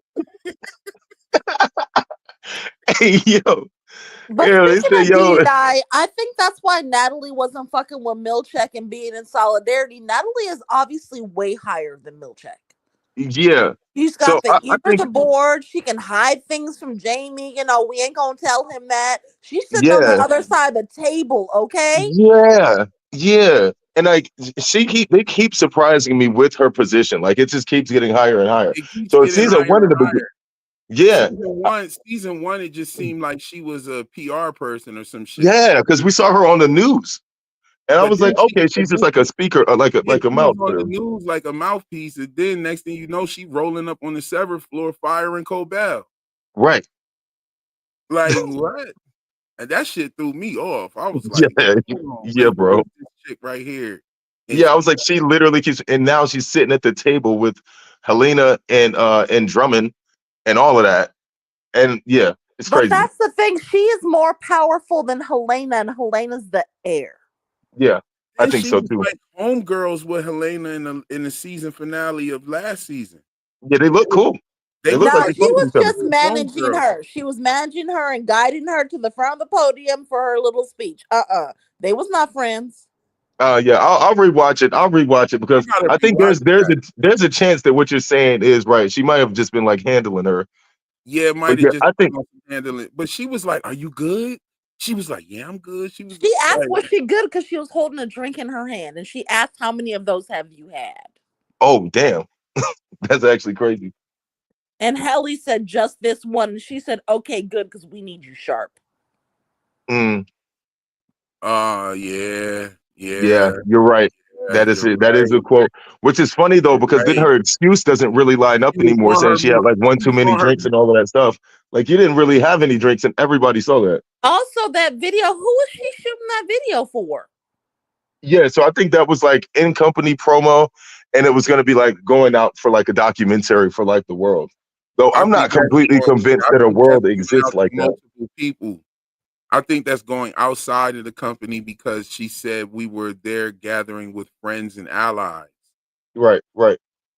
Yeah, Oh, like it it was seemed a like a video for the benefit in a media. documentary. Yeah, that was a media run. That was like a press tour that they were doing. Yeah. Because I was totally wondering the audience for that video. I'm like, is it internal for all the people? Like, because Lumen's worldwide or some shit, you Yeah, know? yeah. Yeah, I'm still not convinced on how much world is left. I don't know. I haven't decided. I'm like, Really? Because, like, Burt said that Fields was flying to such and such. There's a world out there. We're just in Kier. P. yeah, yeah. We'll see. Yeah, but also I had a I was gonna send a super chat. I'll probably still throw it through there anyway. But what do you if this is something you want to talk about at all, what do you think is down the elevator? Because I think there's a whole city down there. I think they've got a whole town set up down there, and everybody's chipped, and it's basically like a hive mind. I The think That's what I exports think. elevator? now, I'm thinking something very similar. I think it's very vast Yeah, down in that I think it's elevator. massive, bro. I And think it's like a whole town. I think there's another elevator that they go through to get to the team building section. And that's Mm, where they did that. Ortbo was in the team building section. yeah, Uh, I mean, Ortbo literally has TB in it, like for team building in it. And yeah. I think um Oh yeah, fire, I fire. think all of the things that O&D is printing is stuff for that level. You know what I'm saying? The flower Yeah, pot, everything. Like, yeah, yeah. I think they're literally printing out like things for people's houses, and yeah, they got a whole thing down there. They probably got What I think is like they literally essentially run the town. They're basically running an experiment for what they want the world to look like. Like once everybody is chipped, they're trying to get the whole world chipped, and essentially, yeah, they're running like a small simulation of it, like under the building. uh when I bring you up, just make sure that you don't have the device playing in the background so that we, don't have that interference. We have Ghost Diaz's back. I don't know if your mic is on or off. Let's see here. Let me get this. While you figuring that out, I'd like to give a shout out to this chat, to this live, to Real, to the Black Nerds everywhere. This is so freaking awesome. Thank you. Yeah, this is fire, man. This is my first time ever calling in any show, so Same here. Yo, thank you, Heavenly, for the super chat. I wish you would have put a comment in there. I'd love to hear what you have to say for sure. And thank you for your generosity. Big Hack, what you laughing at? Hey, Real, I had a question. Sure. Hey, there's 206 Lumen locations, they said, something like that. Lumen has locations in 206 countries. Yes. Mm-hmm. There's 206 human like bones in the body. Do you think that has anything to do with anything? I think so. That's a good one. That's a good reference. Absolutely. A location for every bone in the body. I'm with it. Okay. So they may be making references to different systems in the body as well. That would be a skeletal system reference. Mm-hmm. What other reference? Of course, the brain, the nervous brain. system. Mm-hmm. What else are they talking about? They reference water a lot. They reference water a lot, and the body is 70% water or something like that. We have that. You have that. What other? Okay. Digestion. You have Mark's eating with this reintegration sickness is one of the symptoms that he gets real hungry. Well, balancing the tempers is all about balancing your body, right? Body, mind, soul, heart, getting all that. Right. Yeah. So I'm gonna keep my eye open for more of those types of references. That's a good Yeah. one with Alice. Yeah, that is a fire reference. But yeah, the temper thing balancing kind of reminds me of like the Buddhic strip. It's kind of like the principles that they use for that. So I think it's literally to like a corporate enlightenment is like Kier's whole deal. It's like he had one thing that pretty much tells you his whole philosophy. It was like in one of the pages that was in the book he was reading. And it was literally like essentially saying that relationship love is limited because it can only last one life. Like the person who is in love, one of them will eventually die and that love will end with it. But he said that corporate love is eternal because as long as everybody loves the corporation, that it can extend through generations and go on throughout time. Man, that's crazy as fuck. That's some crazy shit, right? That's But crazy. yeah, that's crazy. Okay, But so that's essentially his philosophy. So they formed this whole cult around this corporation, or either a corporation around the cult, either one, and they use them as a venue or a vehicle to keep both of these things ongoing. But yeah, that's the philosophy. So they make you fall in love with the company and the corporation because they say that love is eternal. Just insane. Okay, that's fire right there. But this is why I really opened up the floor. I had something that I was going to talk about, but I said, you know what? I want to open up the floor, open up the discussion, get some people on the panel to see if we can come up with some theories for episode 7. Now, not necessarily episode 7, but what is going to happen next of what we see the events from episode 6? Like, why wasn't Radar barking in the house? Yeah. Good Did question. Evil Hodor do something to Radar already? Are we going to see Radar come out and bite the shit out of Evil Hodor? Did y'all notice the wound on Hodor's fingernail? He had like a wound or a cut or something and a bruise on his thumb.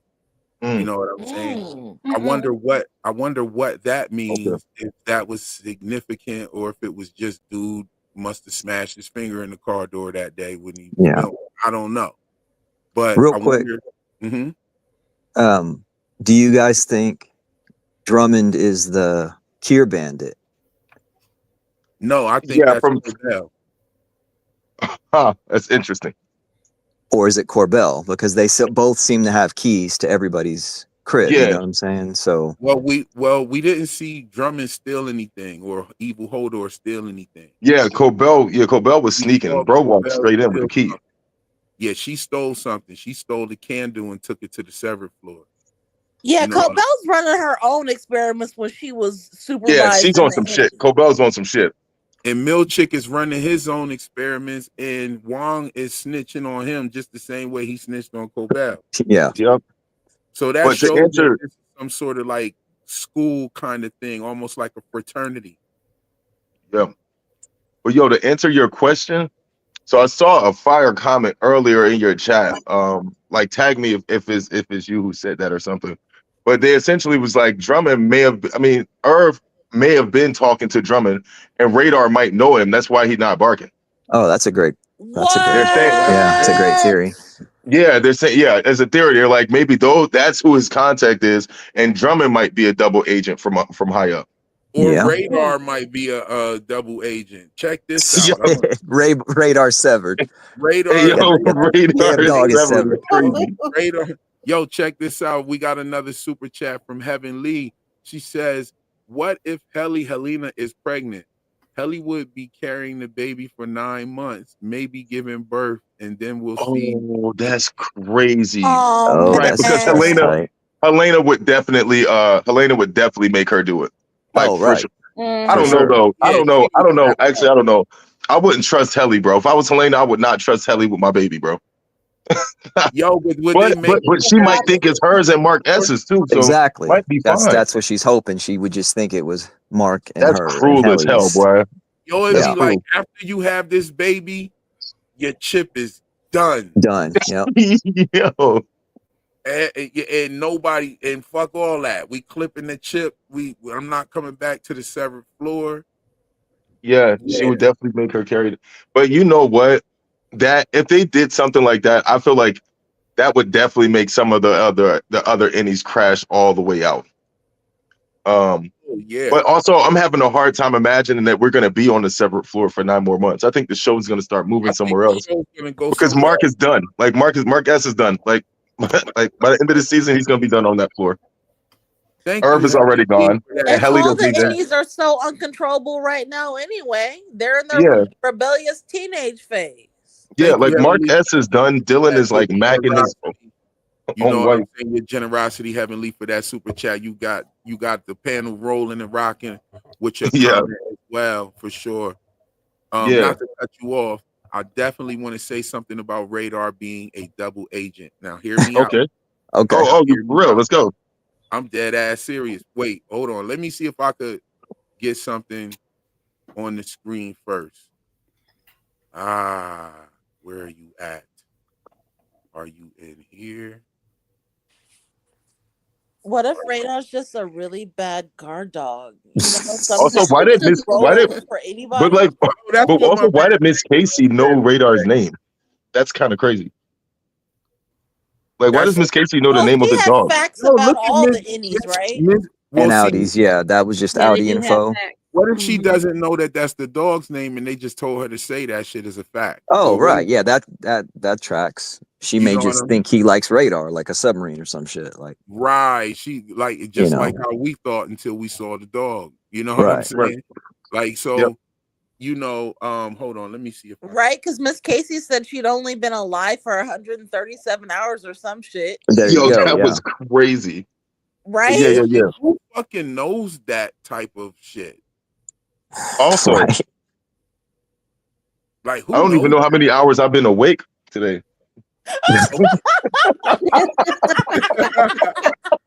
Need some indica, take a nap. Yo, have you guys been noticing these lamps? Okay, the Pixar looking joints. Yes, and they have been all curved like this. Helly even drew one of them. Y'all remember Helly drew a lamp? Hold on, I'm looking for. Those are just classic desk lamps. You think there's a? Here's a lamp here. Here's a lamp here. They've made a point to show Mark's lamp. Oh wow! It reminds me of the Big Dipper. You know, the Big Dipper, the Little Dipper, like the arrangement of the canisters in the refrigerator, in Mark's refrigerator. Could that be something? They had also. Okay, so where I was going with this is, what if they are using sonar to listen with these lamps and lights? Dylan has one in his house as well. Oh, like some silo shit, like how they were using the mirrors. Right, they're listening in on everything, and Lumon is listening. Lumon is listening. Lumon like light. Light is listening. Yes. Lumon, like illumination. That's so it could be those. That's pretty sick, bro. Wait, I'm not even done yet. Okay, so what would that be? That would be sonar, right? Sonar is when you take sound and you can create an object with the sound, like what they use in submarines and shit. Yeah. You use sonar for like echolocation and shit. Exactly. And whatnot, right? And then radar is using vibrations in the air, right, to make a location or gauge a location. And so these lights are everywhere, and they say Lumon is listening. And so that would be sonar. And the reason why I'm saying it is because they would just bring up, like, why would they bring up radar like that? You know, when you look at it, they bring him up a lot. Like they bring him up like he's low-key a side character. The primary difference between the two is sonar uses sound waves to detect objects underwater, while radar uses radio waves to detect objects in the air. Right. Is that my computer? You see what I'm saying? So there's some sort of like I would say radar technology that's being used there. There's definitely like a through line through there. As a matter of fact, where's that lamp at again? This lamp right here. Irv has one of these at his crib too. Yeah, Like yo, lamp, that lumen is listening with the lights everywhere. It's Yeah, crazy. that's Crazy, bro. a good That's theory. crazy. I gotta find the different pictures. I have a folder. This folder is like for my damn videos and shit. I had a folder where I had all of the different. I started seeing where all of these lights were popping up all over the place. And then you have also Helly drew one of them shits. Then all of them have one on their desk. And then you gotta ask yourself, like, did they even have a video footage of what happened? Maybe they were listening and developed the image in that way. Yeah. You know, sound bounces off of objects and you can, like, you know, create the Yeah, it's basically like being able to watch them without having to like physically watch them. Right. You know what I mean? And yeah, so how much do you think they're they're seeing on this floor? Say what now? How much do you think they're seeing on the severed floor? Like, did you think they saw them smush? Like, do they know that they smashed? I think they know every single thing in and outside of the severed floor as well. I think they know Ragabi's at Mark's house. They knew Petey was there. They knew Cobell went in there and stole the candle. They know Mark was. Oh my God, you're right. They did know Cobell stole that candle, bro. Yes. Okay, so they know Ragabi's there. So they know because I was totally wondering about the surveillance. Like, how much do they know? Do they know where They Miss know Cobell she stole a candle from a box in a basement. That's crazy, bro. So they for sure know she's there. So they for sure know Ragabi's there. I've been saying all of this shit in my videos. I don't think that I've been making it clear enough, though. I really don't. I think like sometimes I'll say something and think that people get the drift real quick, but I have to. I'm but too then busy. If Lumon knows everything, how is there a resistance and why are they letting Ragabi reintegrate people? Because all of it's a prophecy. Ooh. Okay. All of it's a prophecy. They're pulling the strings. Yeah, they're literally letting it unfold like a controlled chaos. Yeah, self-fulfilling prophecy. Yeah. It's all a prophecy. The girl getting pregnant, the whole nine, everything's all a prophecy. Like Kier being reborn through her and all of this shit. Yeah. And Kier, I'm telling you right now that Kier probably most likely didn't exist. Okay. And this is some whole like secret society shit. And it's gonna unfold and it's gonna rock the world of the Egans and everything. It's gonna rock it. That's gonna be like, I don't know if we'll get that this season. I doubt it, really. Yeah. I think either he didn't exist or he's just like a stooge, low key. Like, you know what I mean? He's literally just the guy on the box. You know what I mean? Right. I don't know if he ever really like ran shit. Because you hit the nail right on the head with they literally said he's in the bombs and salves, and that's how he started. And it's like, this dude is literally a snake oil salesman. So that tells me that the whole thing is smoke and mirrors. It's like if the basis of it is this dude's a snake oil salesman from the get-go, so this whole thing is just gonna be not what it's presented to be at all. Yeah, so I think here is literally just the name on the box, and the Egans really don't have no power at all. Or, like you said, Kier never existed. Either one of those. But he's definitely not running shit. I don't think he existed. And so then the question would be, so where the fuck do the Egans come from? I was just about to ask that. You know what I'm saying? And what I think they are is a family that was inside of this secret society. One of the families, like how you have like these different families that are in the secret societies that we know of, and then there are whole families that we don't never even heard of. But how are they the chosen ones that the whole thing is predicated on them? If it's all just a farce and a lie. Well, Kier is the chosen one. They're not chosen. Exactly. I was just about to say the town is named Kier and was named Kier when he started Lumon Industries, and we know that from that old Lumon poster. The old Lumon poster shows Lumon Industries and Kier PE. So it's like, oh man, Scotty Saturn hit the nail on the head. Wizard of Oz type thing. Yep, Yeah. yep.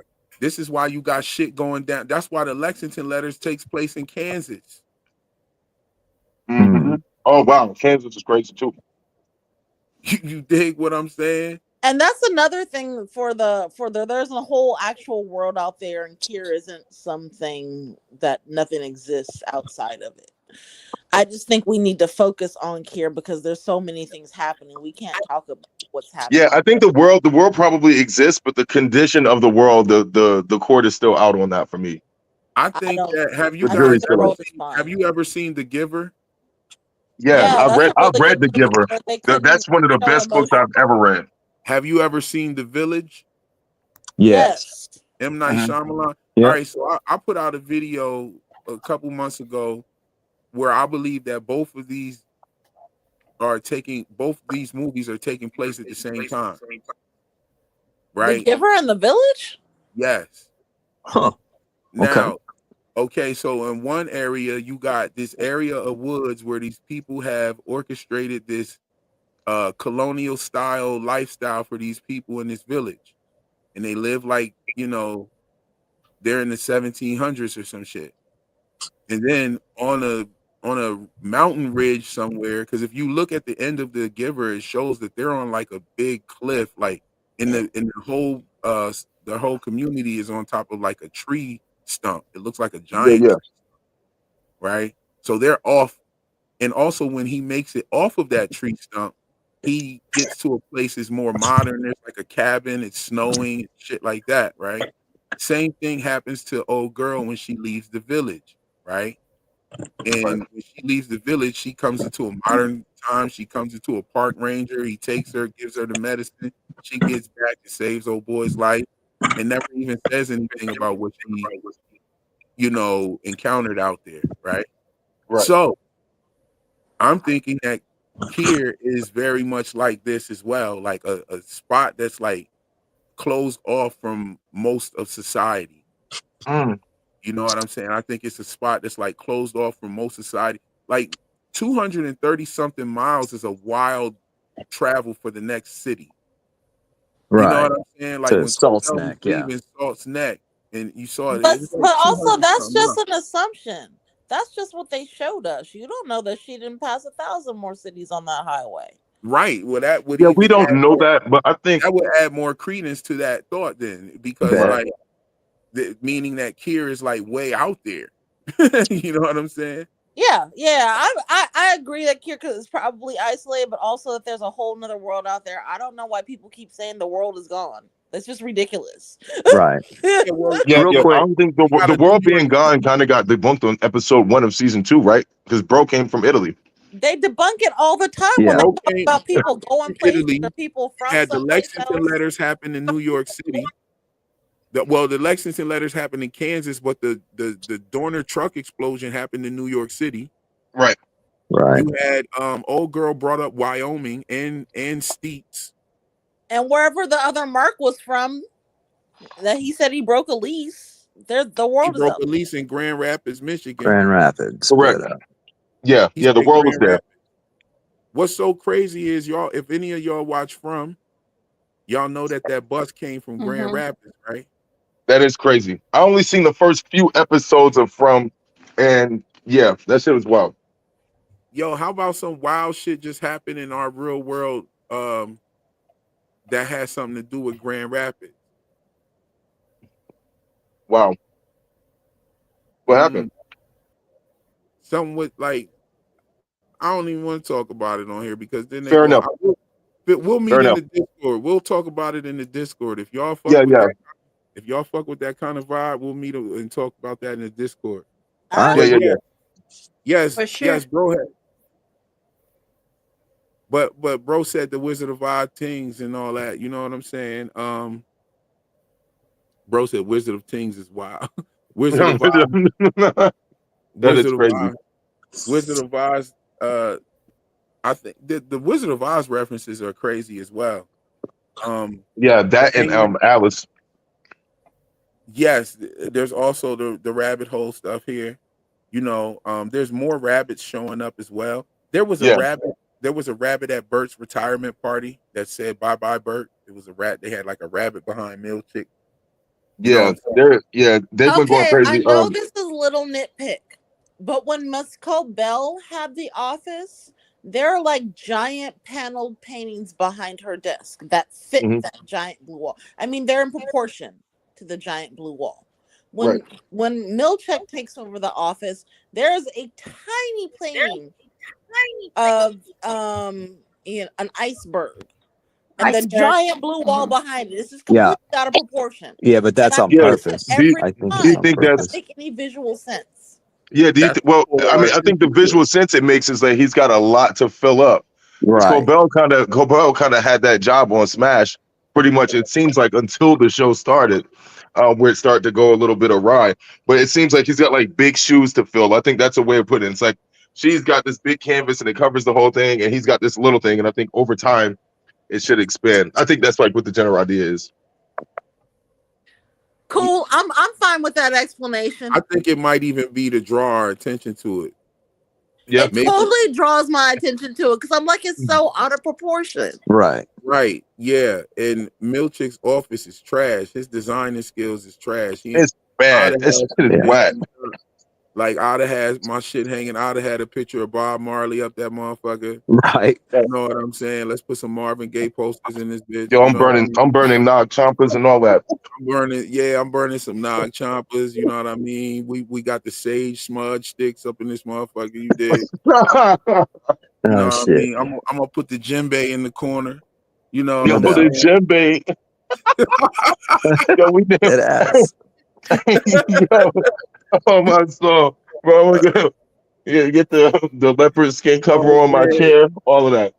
Let's get a little swag in this. And I would let Miss Wang play the theremin because I like the theremin. Oh yeah, and she's nice with it though. You know what I'm saying? Yo, this is a fun fact. She was the one playing the theremin in Nothing But a G Thing. Oh my god! Hey yo! I was you had me for like 2 seconds. I was like, ain't no fucking way. Fun fact. Shit. But yo, did you see how devious she was in his office, bro? Oh yeah, dude. Yo, I really got a lot of respect for that actress, especially after that scene. I already thought she was real good, but I was like, yo, she looks devious, and she does not seem like she's afraid of Milchick at all. Nah. But for real, Britt, I feel like Britt needs an Oscar. Smarter than him. I think she thinks she's smarter than him. I think she thinks she's probably better suited for the job and all of that.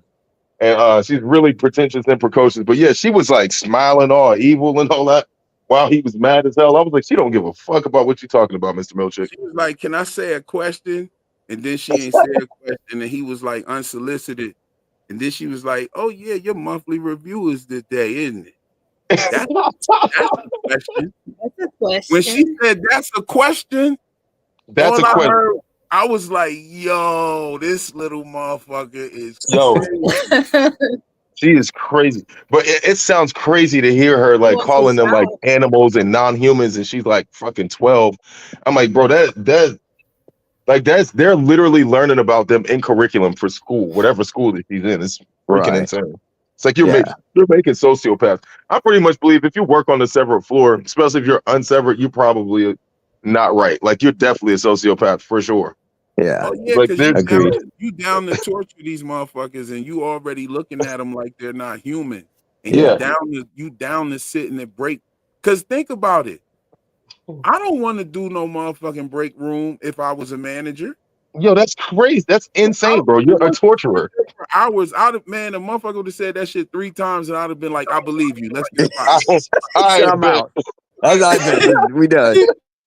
Yeah, I would be like, all right, we out. Good. You want some snacks? But you know why Milchick was fine with doing it though? Is because he was raised in that cult. He probably had to do it 1,000 times himself growing up. Hey, he did it to Helly, which is crazy. He did it to his boss. He did it to Helena for like really threw us off. That's like what 9 hours. Off. That's what threw us off. It was that. It was the break room. It was them putting her through that made us not, because that was the illest. That was the craziest display. Ever. Nobody knew that was about to happen, that she was an Egan. Nobody knew that. I don't give a fuck what nobody said. The only people that knew that is the people that was watching the screener. Yeah. Nobody peeped that Helly was an Egan. I know I didn't. Nah, I wasn't even. I didn't think nothing at all, bro. He literally satisfied to find out that that's what it was. I knew that Gemma was Miss Casey before I knew that Helena was an Egan. Helly was an Egan. I mean, we watched Milchick break her spirit twice. Right. Yeah. I was like, ain't no way. Like, and that is what really sold it. I think that if you eliminate that, if you might figure that shit out. Yeah.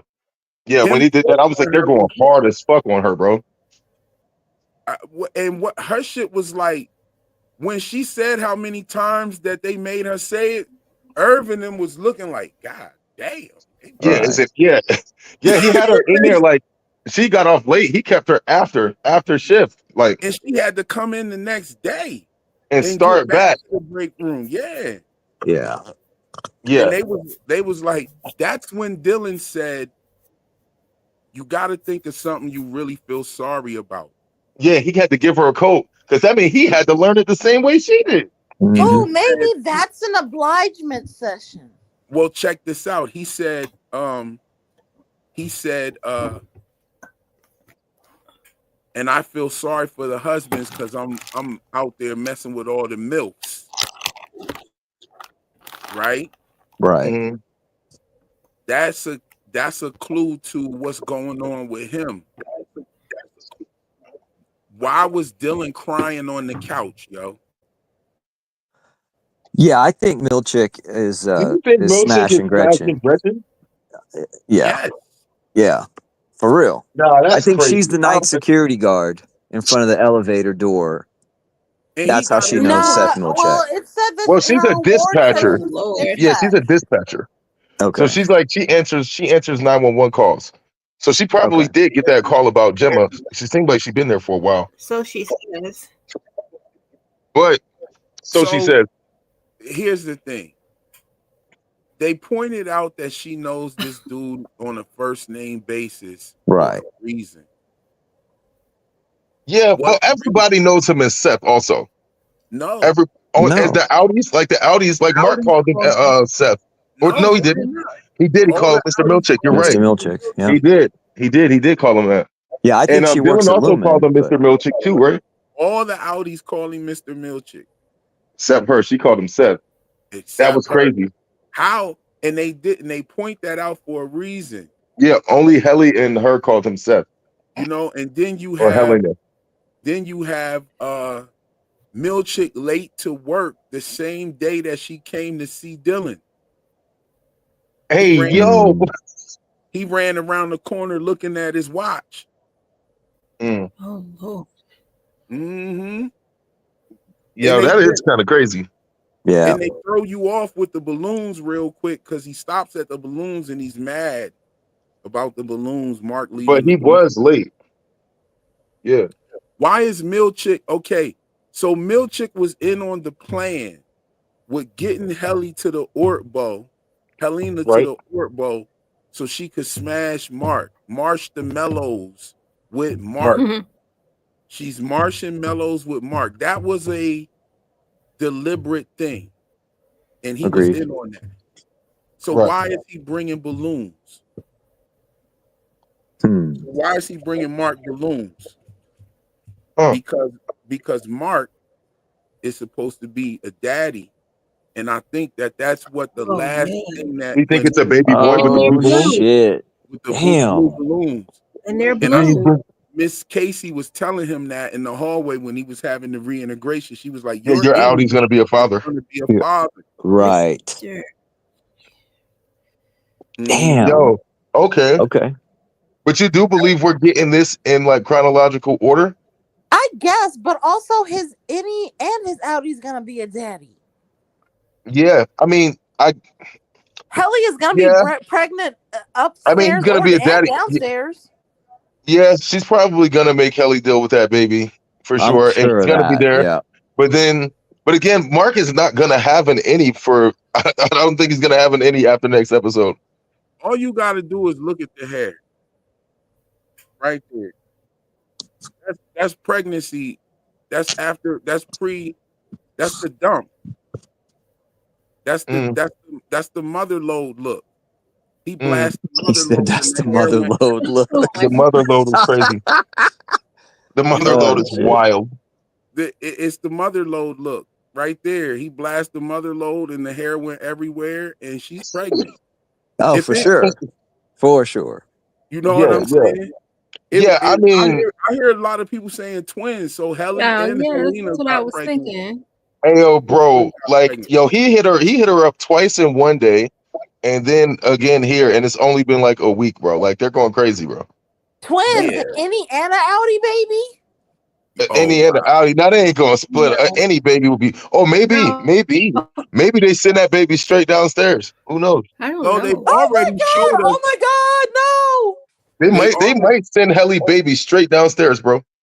Yo, so Theo asked a good question. So does she get 2 child support checks? 2 child support checks.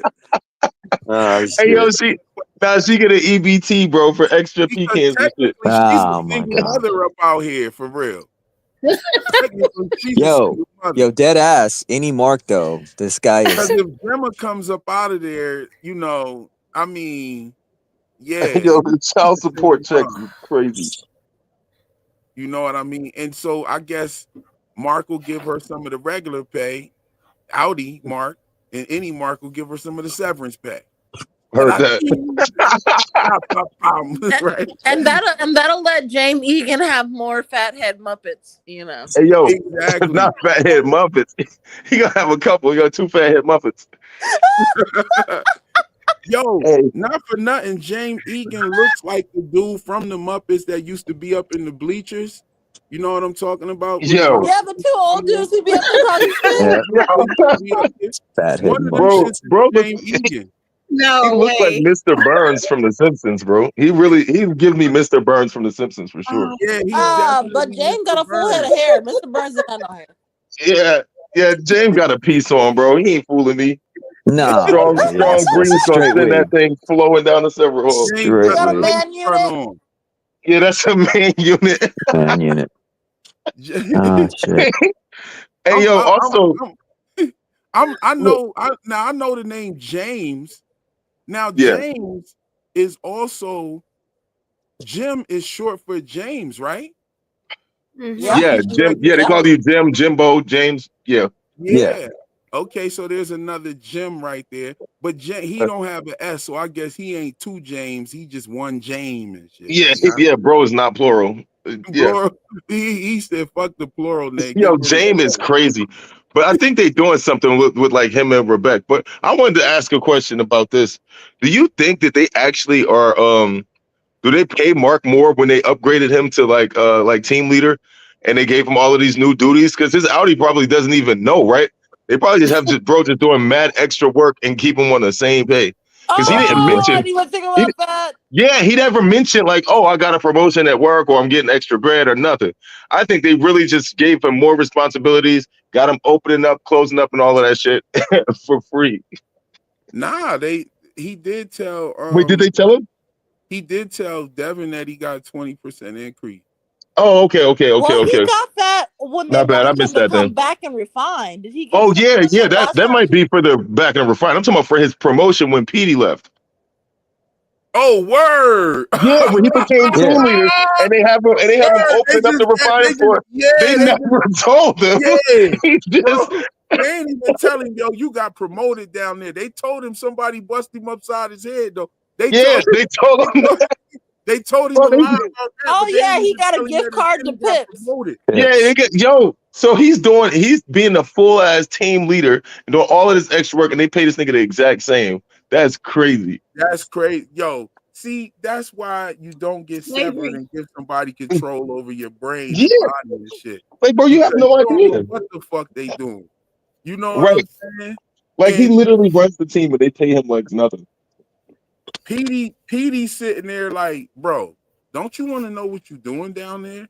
Like, He's Mark was kind of like, nah, not really, nigga. not really. I don't give a fuck, man. Like, that shit's working out. I get to come home and drink, nigga. Like, Yeah, right. Facts. Bro, I ain't gonna lie. On episode 1, I knew I was being ridiculous, but I was like, hey, yo, man, I work in a restaurant. I was like, bro, imagine walking into the restaurant and then just walking back out that bitch. Right. And I just got a pocket full of cheese. And then I Yeah. was like, wait a minute. And just the same realization that everybody has on when you think about it for a second, you're like, okay, so there's a version of you that literally just lives in there all the time. I was like, yo, that's cruel as hell, bro. That's It cruel to is. your own psyche, bro. Like, and that's what if crazy. you know that there's got it? Like, if they got that many locations, you Yeah. know that it got to be some fucked up, unsevered managers on the severed floor of some of these Oh, locations, yeah. Bro, smacking if the shit Severance out of ever go anyone. mainstream, they opening them joints right in the hood. They gonna do that all the time. Like, hey, bro, you don't want to work? That's They Right. what they do. That's it. They Oh, gonna for put them real. all in there. out of They gonna have Innie's these and botched moving ass right severed along floor with 'em. restaurants and all of this shit. Well, come on. The Italian guy said he got to his floor with ropes. Yup. Right. Yeah, like Ropes. severed I think he was prostitutes and talking everything. about like one If of the Severance go fully That's mainstream. right. The scary part is that shit That's might work in our world too. Like there might be there'll be several million heads who would do it. I mean, absolutely. you already got niggas coming home smelling like goat backs. I mean, for real. Like, what the fuck? You know what Yeah. I'm saying? Like, you already what? It's got to go deeper than that. What if they got severed employees down there like fighting and they betting on them and shit, fighting? Oh Oh, shit. I hope Some they bring it there, bro. mandingos. I hope they do. Some severed I hope they do. mandingos. Straight up. Like I said, bro, I think they got a town down there, or at least functionally a town, and they probably is going crazy like that. I bet Jamin and his homies probably do fight severed people and all types of crazy shit.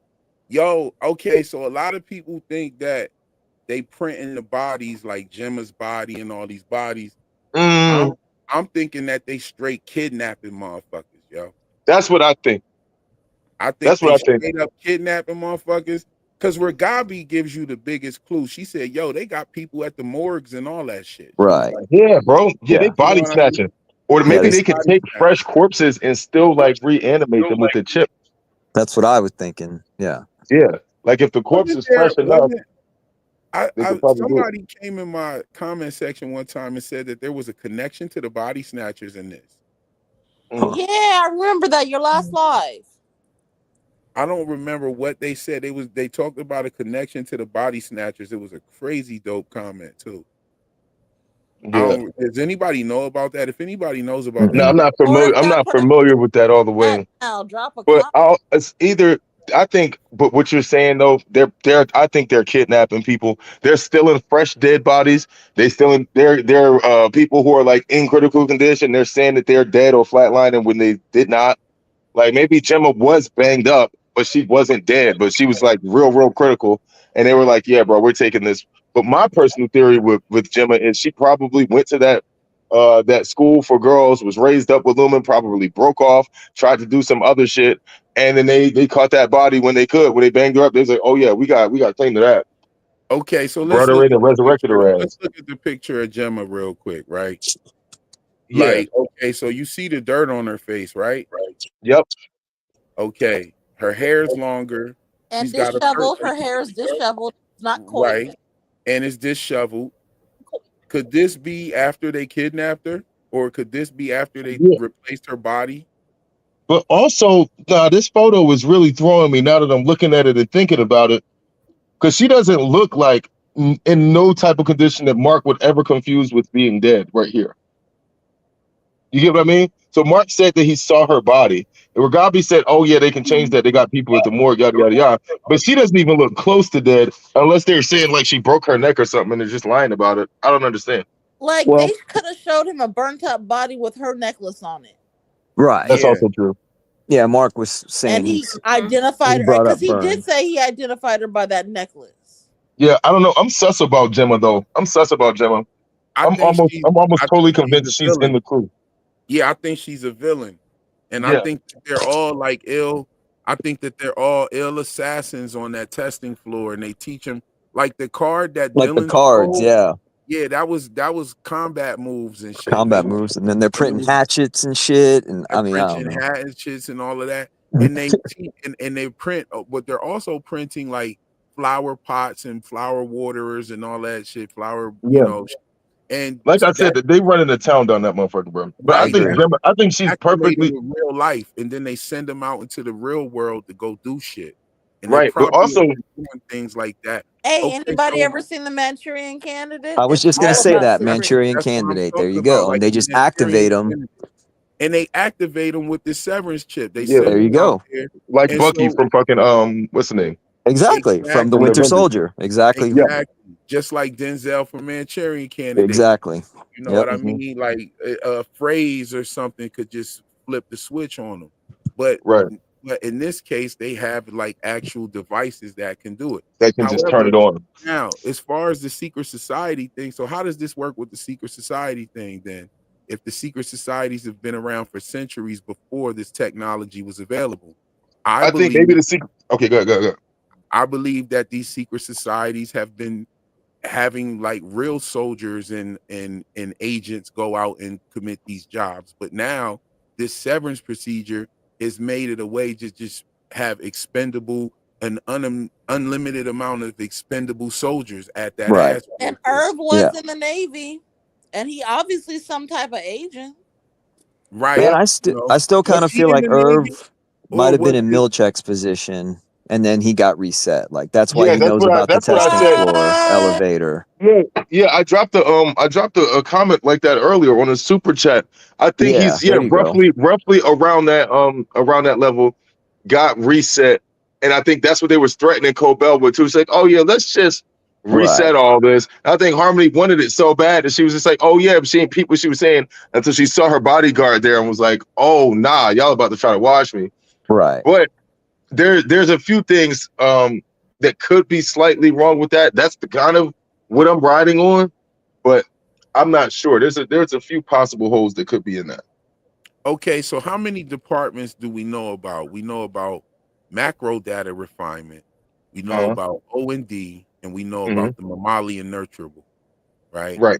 Yep. And that's the only departments other than management, security, bullshit like that. We don't really know, you know what I'm saying? Now this severed floor seems to be real vast, and the management office seems to be close to MDR for some reason and Right. farther away from everything else. Right. I think Right. smooth detail though is the several floor isn't really a several floor. It's in the basement, so it can be as expansive as who knows how long. It doesn't have to be the size of the building because the several floor is the basement. It could be miles Oh, and miles right. in there. Oh, yeah. It could be That's just As far as we know. That's That's right. exactly like my point, right? Just like a yeah, dumb Miles and yeah. miles. I under want you to there. finish, but I just wanted to make that clarification because I think sometimes we forget that that floor is a basement, so it can And not technically only go on just fucking not ever. only how wide it goes, but we don't know how far down it goes either. Yeah, Like, you know, yeah, we know now for sure that there's a elevator that goes downward. right. So Because they were like, calling the several floor the basement, but if there's an elevator that goes down, it's like okay. yo, so now what we said earlier about this show kind of like expanding, the show is definitely already expanded from season one. Season one felt like a more like Neo in the Matrix type type of vibe, office setting type of Yeah. situation. And then it broke out at the season finale. It was just showing us some of the outies world and whatnot. We had already seen what Mark was going through, but this episode we get the Ortbo. We get Harmony Cobell driving out in a long far distance. We get her pulling back up on them and all of that kind of stuff. A lot of shit going on outside. I think that season 3 is gonna expand even more if we don't get like a large expansion before the season. Just to I think we're pretty much done with the Severance floor by season 3. That's my prediction. Like I we won't agree. be there. Like I said, there's going to be no reason for Helly to go there. Mark is going to be fully reintegrated, and Dylan's on some other shit that's probably going to get him fired, or basically if his Audi finds out, he's just going to quit so that Dylan doesn't exist anymore, which is going to be fucking bad. If they that's a good prediction actually. Yeah, Dylan's Innie is essentially going to die because his Audi's going to find out that he's been smashing his wife. Yeah, and he's going to just stop going. Real So quick, that Dylan doesn't exist, so she can't cheat on him with him anymore. Real quick, if I could jump in, there was another YouTuber that did a survey earlier recapping the show and was asking their chat and all the people what they felt, is it cheating what Gretchen's doing with Yes, Innie? 100%. And dead ass 62% said, nah, it's cool, but because That's she lied insane. about it, that makes it bad. And then like another 5% said, no, I'm cool with it. And only 33% were like, no, dead ass, that's cheating. So I'm like, my comment was, so Yeah. y'all are trifling. 67% of y'all are out Y'all are here trifling as hell. Y'all are trifling. saying it's okay to That man cheat. is a baby. Like, that man is a What baby. the fuck, dude? You Like, should not be, like, regardless, like, Dylan's Innie is a fucking baby. The fact dead that you're ass. even attracted to him at all means there's something seriously wrong with you. If it was But what about now here we're Helena? gonna start some shit. We got some Well, I'm females saying in though, here, it's though, so we can two get a female separate people. It's perspective. the Check this out same real quick. body. But They're Check that two this makes out, Mark separate a right? people. baby. Yeah, but it's a Mark a base baby and So Helena here's concept. the is thing. grown Here's adult. the thing. Check this out, right? If it was a guy doing it, It will be OD. it would be automatically seen as a problem. Absolutely. Especially if, like, look at what Helly did. She tricked him into believing she was somebody else in order to sleep with him. Yes. Yeah. If a guy did that on a TV show, Oh yeah, Oh cancel. my God. Cancel they culture. would be snapping the fuck Right. out. If Yeah. that was flipped and this dude was like smashing his wife's Innie, y'all, we would be up in arms, like, oh my God, we can't believe they put this on TV. But Right. that same thing is happening right now. Like, They did That's the that double same. They standard. did Helena, the same Helena shit. represents that's all I'm lust. They gonna did say the on that. same But I shit just on just the saying that for boys, perspective. bro. The boys had the same thing. They had the shapeshifter, Fool Huey.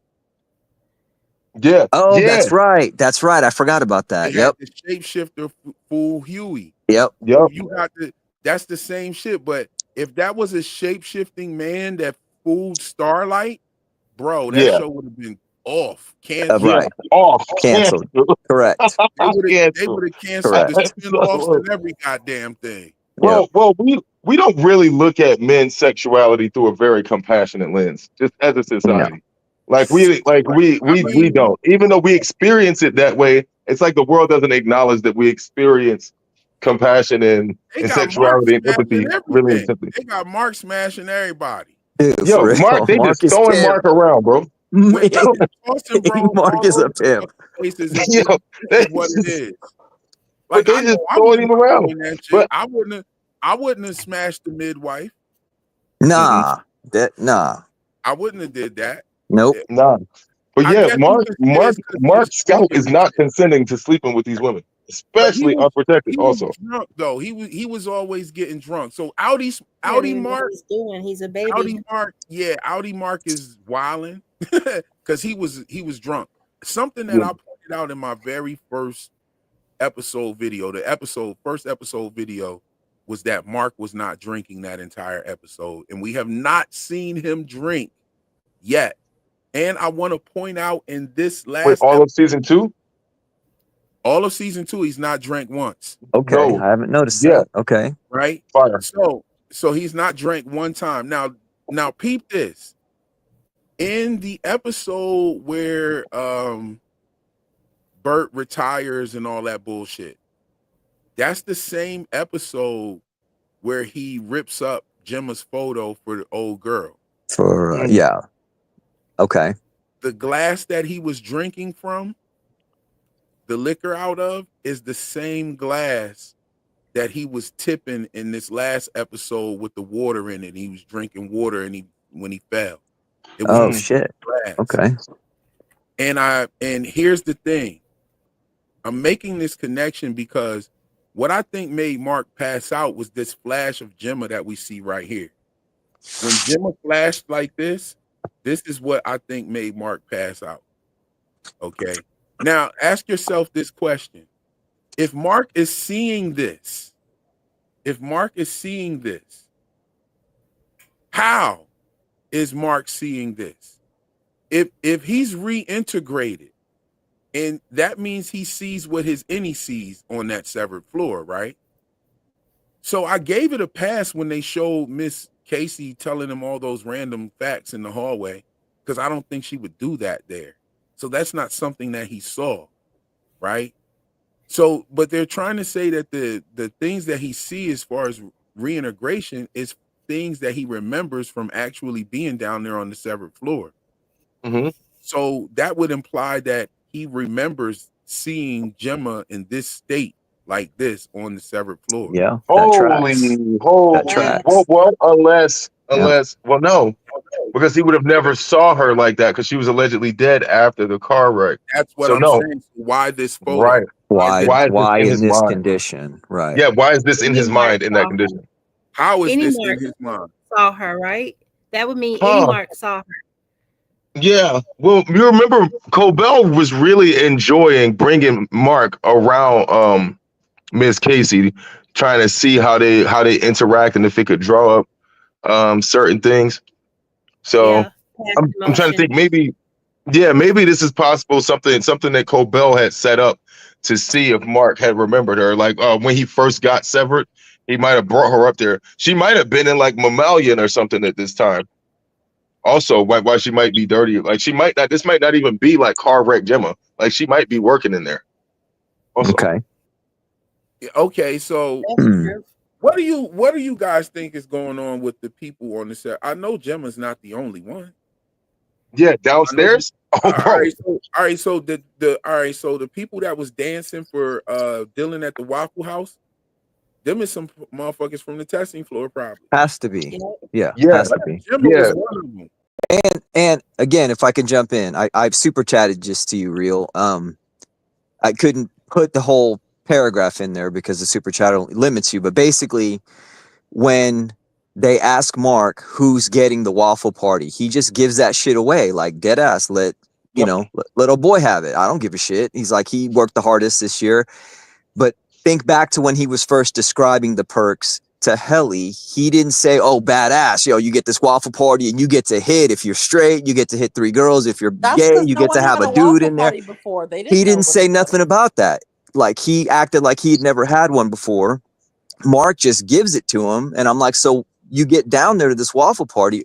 Are they really encouraging their innies to have sex with these 4 people, or is it really just a strip show? Are they telling them? I think it might be ritualistic. I said that in the video. Like, what are they doing? Is that what they're encouraging?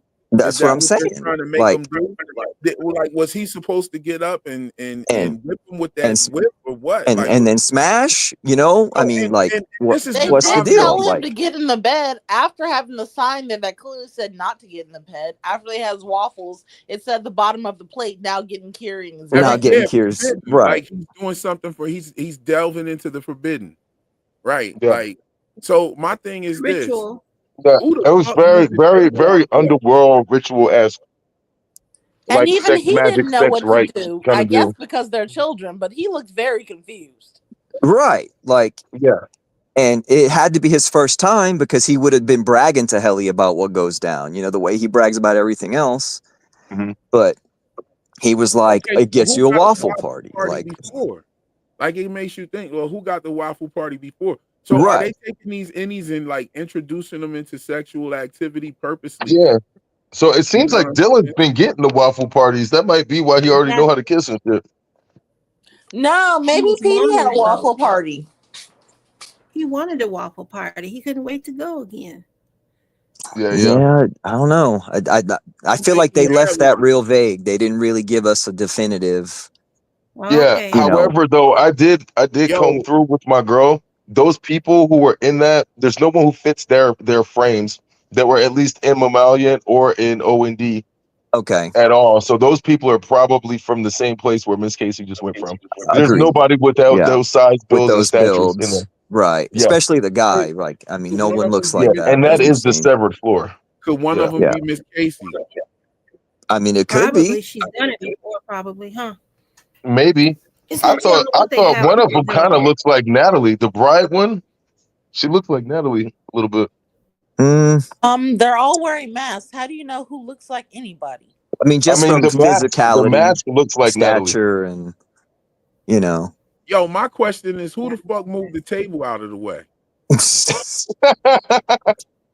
Because the table was sitting right in the way. As soon as he put the mask on and sat down, it was just gone. It was gone. Yeah, it's continuity era. Like the TV that might be an editing mistake, but that it's was a continuity crazy. era. But and then they come out dancing. I think this one came out first. And the leg kick that one did was fucking malfeasant, bro. It was. It was malfeasant. For real. Some dancing Yo, that Mephisto and leg shit. kick was devious, bro. But, I was like, so then, ugh. okay, so let's take it a step further. Say that they are encouraging the innies to this be their first sexual experience. Then, if any of these individuals get pregnant, do they know? Are they like I'm in sure those a s- individuals are on birth control. I mean, Hey, again, They go I to think if we're the girls' school. yeah, What if they give like the girls a Depo-Vera version of a, okay. a Lumen Depro with the drip. Lumen Depot. Okay. Yo, Got the drip on the John. yo, that's Hey, crazy. yo, they gonna grow beards and shit. Anyway, nah, but I'm Imagine again. imagine a condom with Kier's face on it. Pause. Oh shit. Yo, and it's got that wink. Shit. Or is it the animated one where it's like, "I love you"? That one, that Kier on the cover. No, It's a gold nah, Magnum looking joint. it's a picture of him flying. Oh shit. Oh, Scott.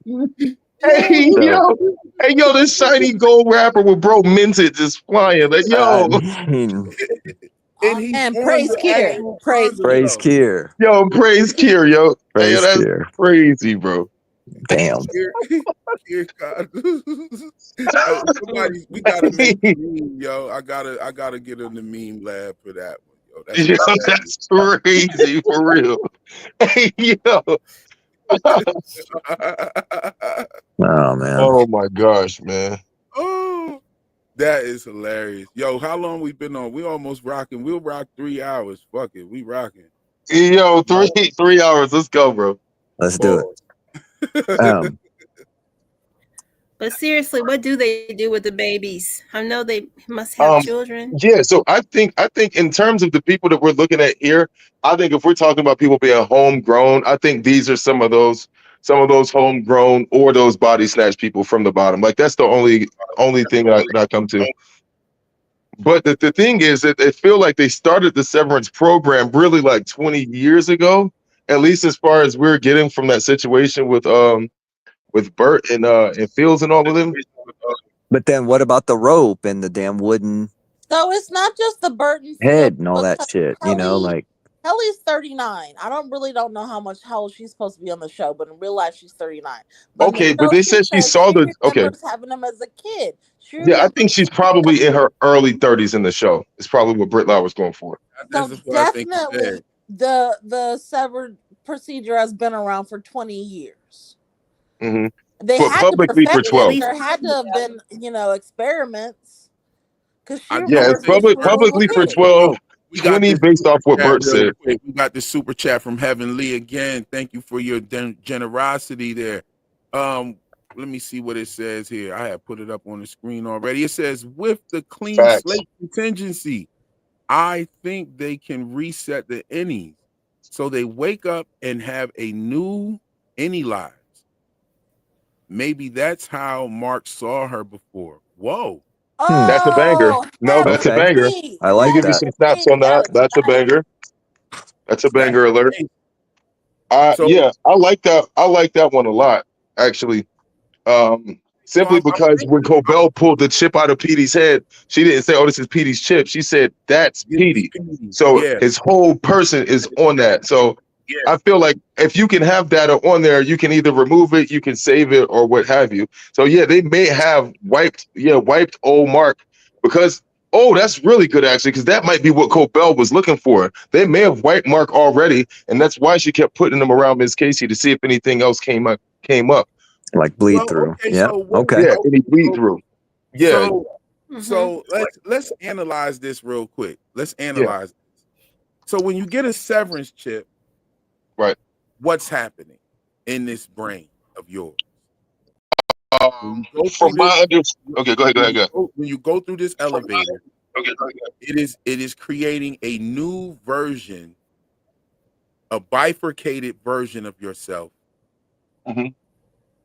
That doesn't have as much life experience as yourself. So in essence, it kind of takes a piece of you and clean slates it right off the bat, right? Yeah.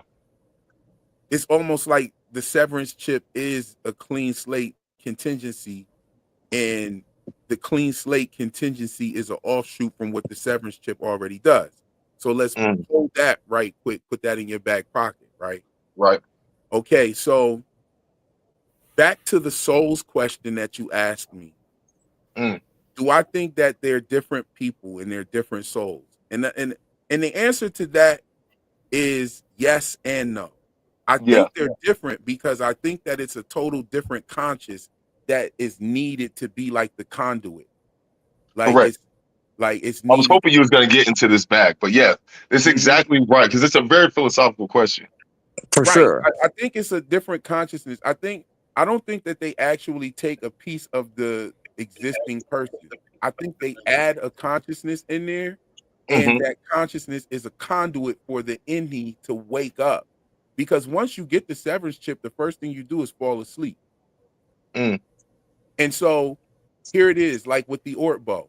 You're after you fall asleep, you're dressed, and then you're laid out on the table. That's what I think the Ort bow was. I think they put him to sleep, and they take him down this elevator. Because think about it. Helly falls asleep in the chair where Milchick's standing there taking pictures while she's getting the chip put in. Right. After the chip goes in, she goes out right then. And boom, next thing you know, wakes up on the table.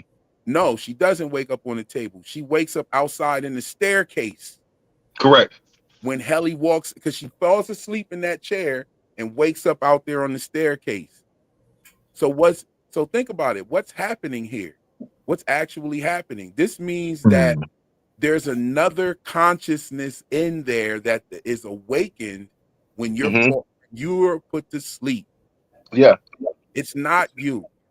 Yeah, it's a purer consciousness, but it's not yours. It's not you. No, yeah. I mean, it's a separate entity. I mean, I'll die on that hill. It's two separate. Yeah.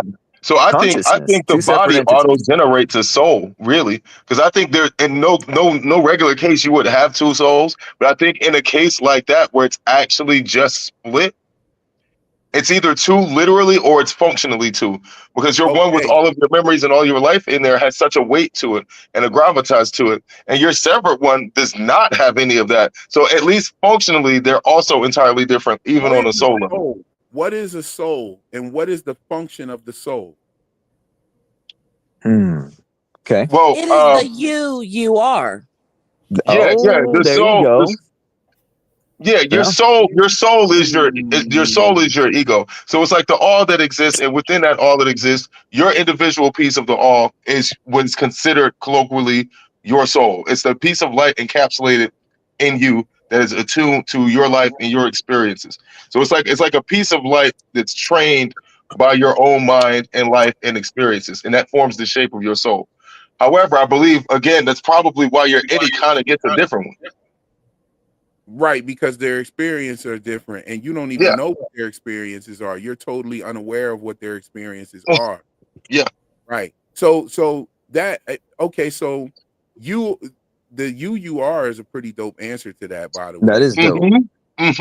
You're welcome. Yeah. Yeah, that was clean as hell. So you have so I always believe that what we are is an amalgamation of everything we've seen, heard, taste, touched, and with the five senses. Yeah.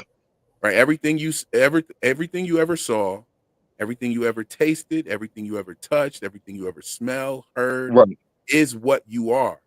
Yeah. Like when you come into contact with something new that you don't know about, like another language, you're in the dark. You don't know what's being said or any of that because you don't know that. Right. And experience makes your life. Right. So then now you experience it. And if you experience more of it, then you'll become fluent in that language. Right. Yep. So that's who you are. Like the things that we experience, the things that we see and hear and all of those things. So that's what. So now, are you saying that that's what the soul is? That basic, that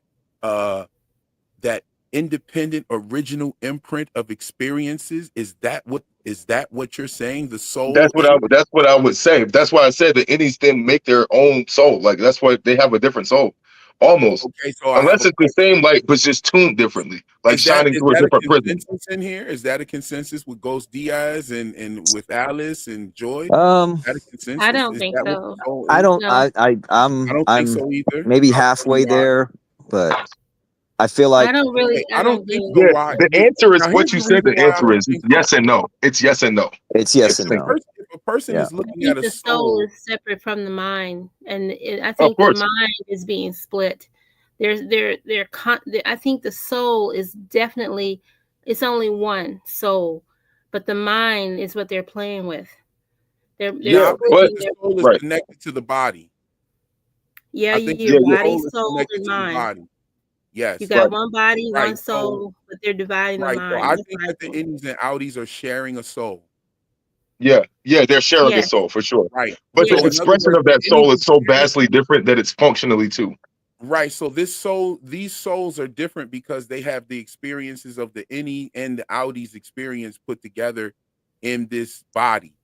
And the Yeah, reason why I think that the soul is connected to the body is because if you look at the soul as something that can be sent somewhere afterwards, your yeah. experiences and all of that shit can't be sent somewhere afterwards. Nope, just the So it soul. has to be right. So it has to be something, the soul has to be something other than what the experiences are, or like the you Correct. soul or is the or outie. the you your are, right? Yeah, Yeah. So I think that the soul is actually connected to the body, and I think it's connected by several different ways. First, it's connected by the soul's will to live, or that right, body's will to live, right? right.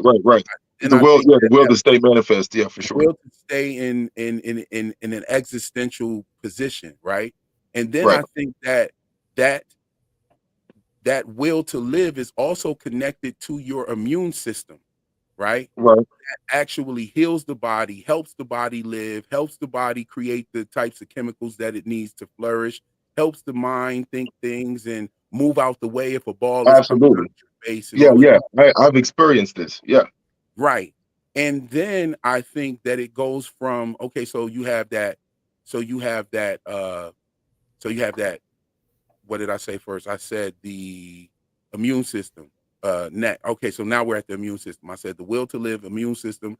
Now we go from the immune system to the actual way that the body is connected to the earth, the planet that we're on, the actual where where this exists at, right? yeah. Because we do have like a certain vibratory frequency, right? And we vibrate at a certain level. That's why you don't like fall through the floor, or that's why you can't walk Correct. through the Yeah, floor. and literally like maintains our spatial existence.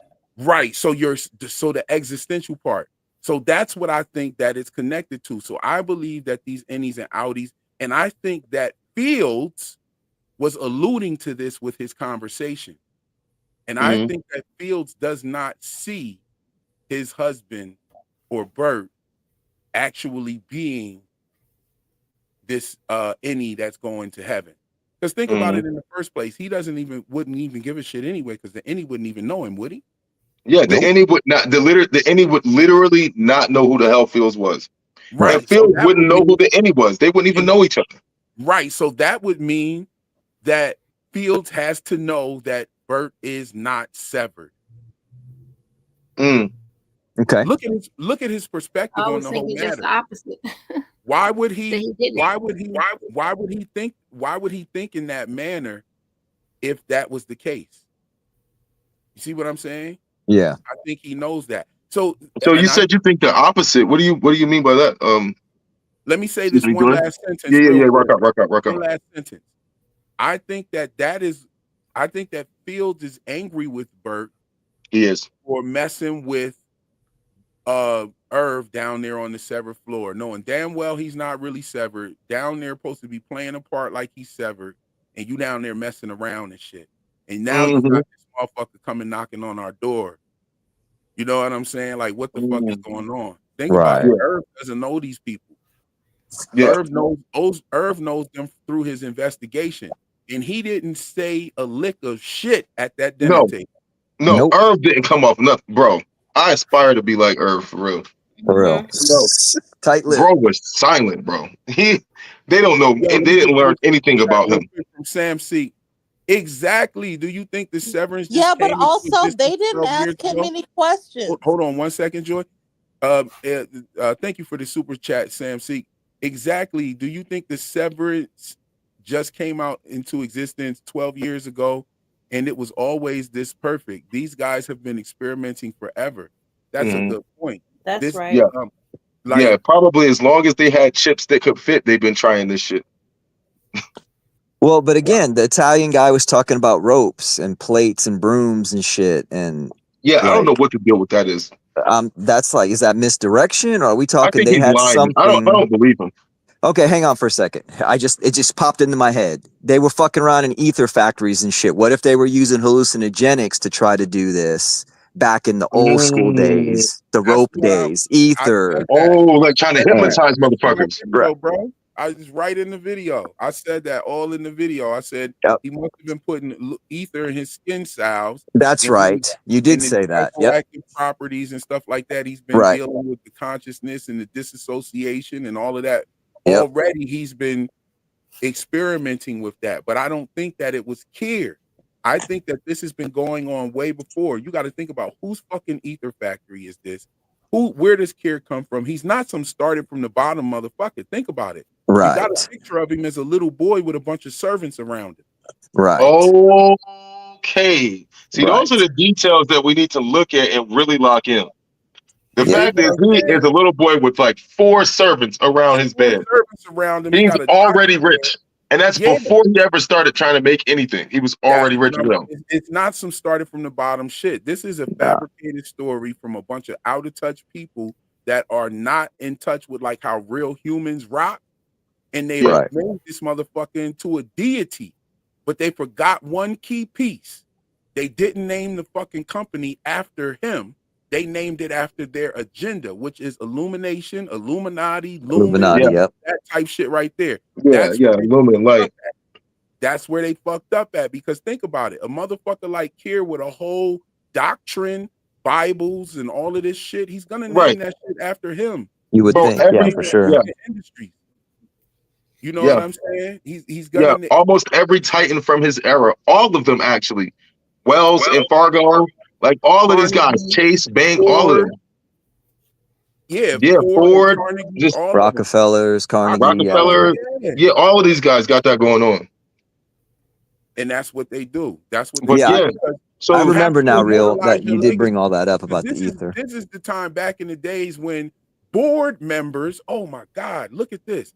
This is the time when board members started taking people's fucking companies from them.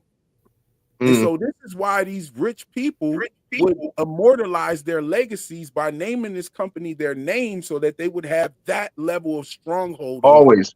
Yeah. This was the emergence. We totally skipped past all them barons were a bunch of robbers. Yeah, them robber barons. That's literally what they were called. Exactly. Oh yeah, robber barons. Yeah, they were literally called robber barons. Yeah. They were literally called robber barons. And see, we talked about this the snake oil salesman period and totally skipped over the period of the boardrooms taking over proprietary. Yeah, absolutely. And so what you're saying is he never owned the company at all, really? Because if he did, he would have definitely named it from himself, because he would have certainly been a megalomaniac. They made him up. All of the anagrams is proof. All of the anagrams is proof that this is made up. They made up Kier. Because think about it. They even in this episode show us that in order to push the severance thing forward, they have infiltrated other religions and put it in the fucking sermons. Where you got preachers standing there talking about the souls of severed people from the pulpit.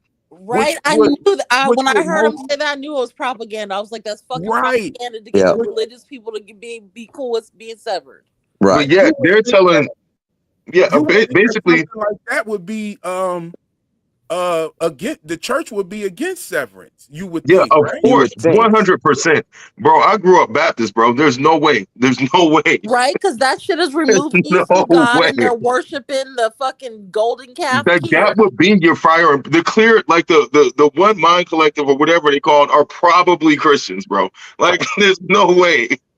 Now, Like there's no shot.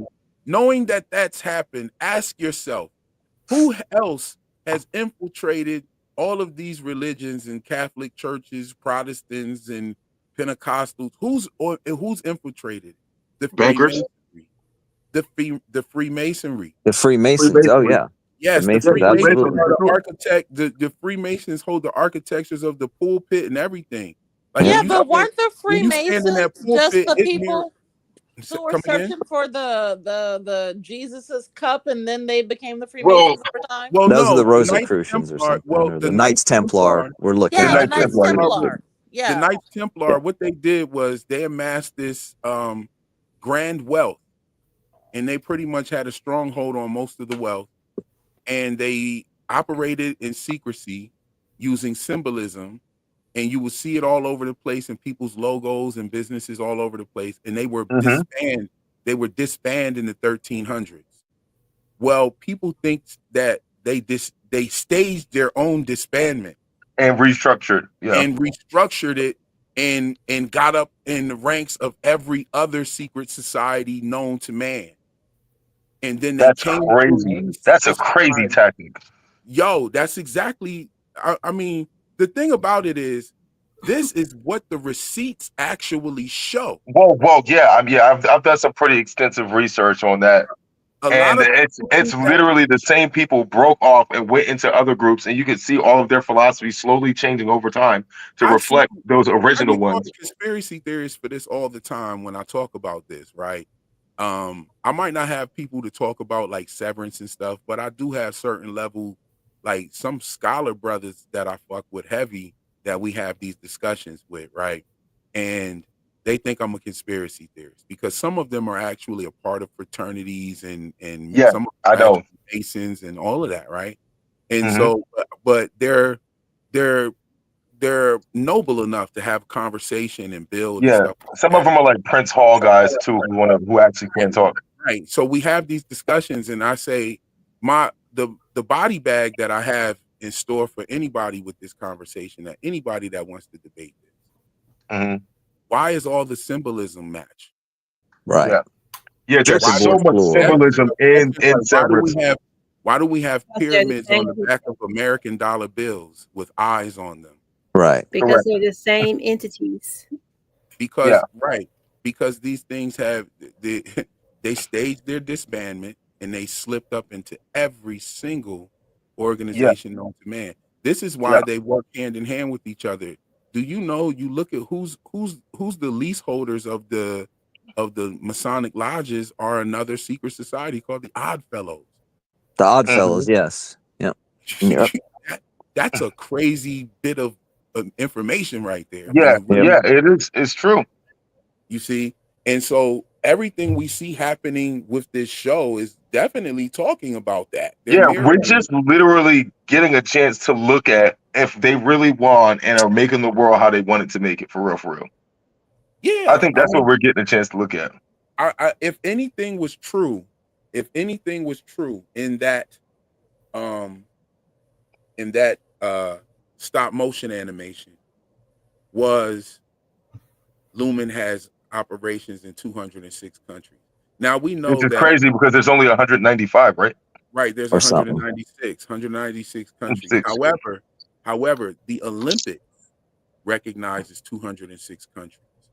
Interesting. Now the Olympics logo is pretty much Vesica Pisces lined up, right? Right.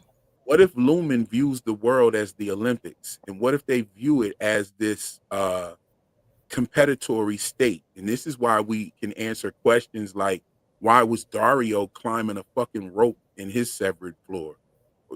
I think it was actually some sort of pulley system where they was pulling the rope and it lets the elevator down. I think it was probably that kind of system. Because like, what are you doing? You got somebody climbing the rope, and your Audi starts climbing the rope down, and then the Severance chip takes over and he fucks around and just he might have been building some of that shit underground, like how they have for the floor under the Severance floor, like in a black hallway. But dude, he said these remembrance 4 Kiers were made of wood with like a broom, plates and shit. Yeah, what he be using And if he was Also, he in was that, talking crazy. if he was in that level of technology, why would he even be a fit to work in the MDR with higher technology? Exactly. Like, why would he even know how to use the computer? Like, Right. they might got abacuses in his shit. Like, Right, exactly. Like stone tablets and shit. And That's what he like made it having to sound like chisel they that shit chiseling out. their damn right. But The I don't same know. time Kind with of the feels like chiseling. that might be misdirection there, you know, like Yeah, because he that was saying crazy shit. I was that like, whole crew was just motley ass crew. It was weird and shit. like, He was the imagine, weirdest one though. yeah, his perpetuity wing with brooms and plates is wild. Plates and brooms. Like, so what the fuck did that even mean? yo, I gotta watch that scene again, bro. Because he was saying some crazy shit. I was like, yo, there's no way. Yeah, because you're saying if that's the technology that he's used to running on, why would he then be a fit at one of Lumon's top offices and it's all tech in there? Like, how would he know what the hell to do? Is Milchick that dumb? Reprogrammed. Milchick keeps fucking up, and I think his major fuck up is going to be when they find out he's fucking with Dylan's wife. Let's think Yep. about it. Dylan is going through his trader arc right now. He's being a traitor towards his crew. You know what I mean? But the only thing that's going to make him flip is finding out that Milchick's fucking with the Audi's wife. I And agree. that's at this point. So we have to ask ourselves this question. We see Dylan being a traitor. Does he just go and he just stays that way? Something has to happen to bring him back, right? Something For has to sure. happen that eventually brings bro back. He ain't gone full turncoat because he told him about the note with the directions to the export. Good point. That's a good point. I mean, yeah, he did do that. You know what I'm saying? But he's still keeping secrets and shit so he can see the Audi's wife. And when it comes down to actual, like, Helly calls him out. She's like, "Oh, you mean behind the picture of where you were actually being Actually brave?" being brave. That Like, was clean. A yeah, clean kill. she was That was smooth tight. with that one. Yeah, like she smoked him with that one. Oh yeah. But Bodied. For real. yeah, but you know, it's gonna get to the point to where he's needed to do something. Like, bro, we need you to do this, and it's gonna be like a no from him. And then Yeah. it's gonna be the same thing where him saying, "Oh, I should have listened," like when he said the Irv and shit. It's gonna be the same thing. And he's like, "Yo, Shorty came there with her hair down, Mm-hmm. Yeah. probably smelling good like a motherfucker." Right. She had that fucking almond cookie. Yeah, oh, you already Almond know. cookie sprayed on. She had that almond cookie smell. She had that smell that just make her feel softer. Right. You know Right. what I'm saying? She had that she had that borderline delicacy smell. You know what I'm Right. saying? Like, Right. Right. and you could tell, like, Dylan's face. She was putting eyes on bro. I was like, Definitely. bro was like, yo, let me get a hug. Why is she doing this knowing that she's being surveilled? Is wild. Yo, she hit this nigga on camera. By a child, for real. Hey, yo, that's the crazy part. Did they smash? Bro, I'm thinking they probably smashed based off of how she was acting at dinner. Like, I feel like if she ended up like making out with bro, she'd probably feel a little bit bad about it, but at least tell him. I think she full smashed bro and really came home feeling crazy like she cheated on him. Well, we ain't gonna be able to tell Dylan shit. It's a wrap. Yeah, Dylan ain't gonna walk around like his shit don't stink. Yeah, the only thing that's gonna cut this off is Milchick smashing his wife. Yeah. I can't think of anything else that's gonna make him want to cooperate with the. But if Milchick is smashing Gretchen is just she just for the streets then, bro. She's hitting Dylan outside, she's hitting Dylan inside, and she's hitting Milchick. Like, yo, that would be crazy. Yo, Joe Nose is in the building. Good to see you, sis. She said, I don't know how Milchick or Cobell had jobs. They stayed messing up. Cobell was kind of clean, though. Cobell was clean. I think Cobell, the shit that you seen getting fucked up with Cobell, she was doing that on purpose. I think she's who fucked up Helly's intake. You know what I'm saying? Okay. I Yeah, think she I feel scratched like out. Go ahead. Cole Bell is definitely better at her job than Milchick was. She Oh was yeah. hella clean. Like she had them motherfuckers in line until they obviously then pulled off their little shit at the end of season one. But I feel like Cole Bell was kind of clean. That's also my favorite character in the entire show, by the way. I'm Cobell, really sick. She ain't been. Yeah, I love Cole Bell, bro. me I Bet. too. love Cole Bell. And where the hell is She's Corbell? I keep saying that she's every so good, stream. bro. Where is this woman? It's like you can't read anything going on with her. It's like what does she want? What is her angle? Like why is she doing what she's doing? And like we have our ideas, but like we don't know for sure.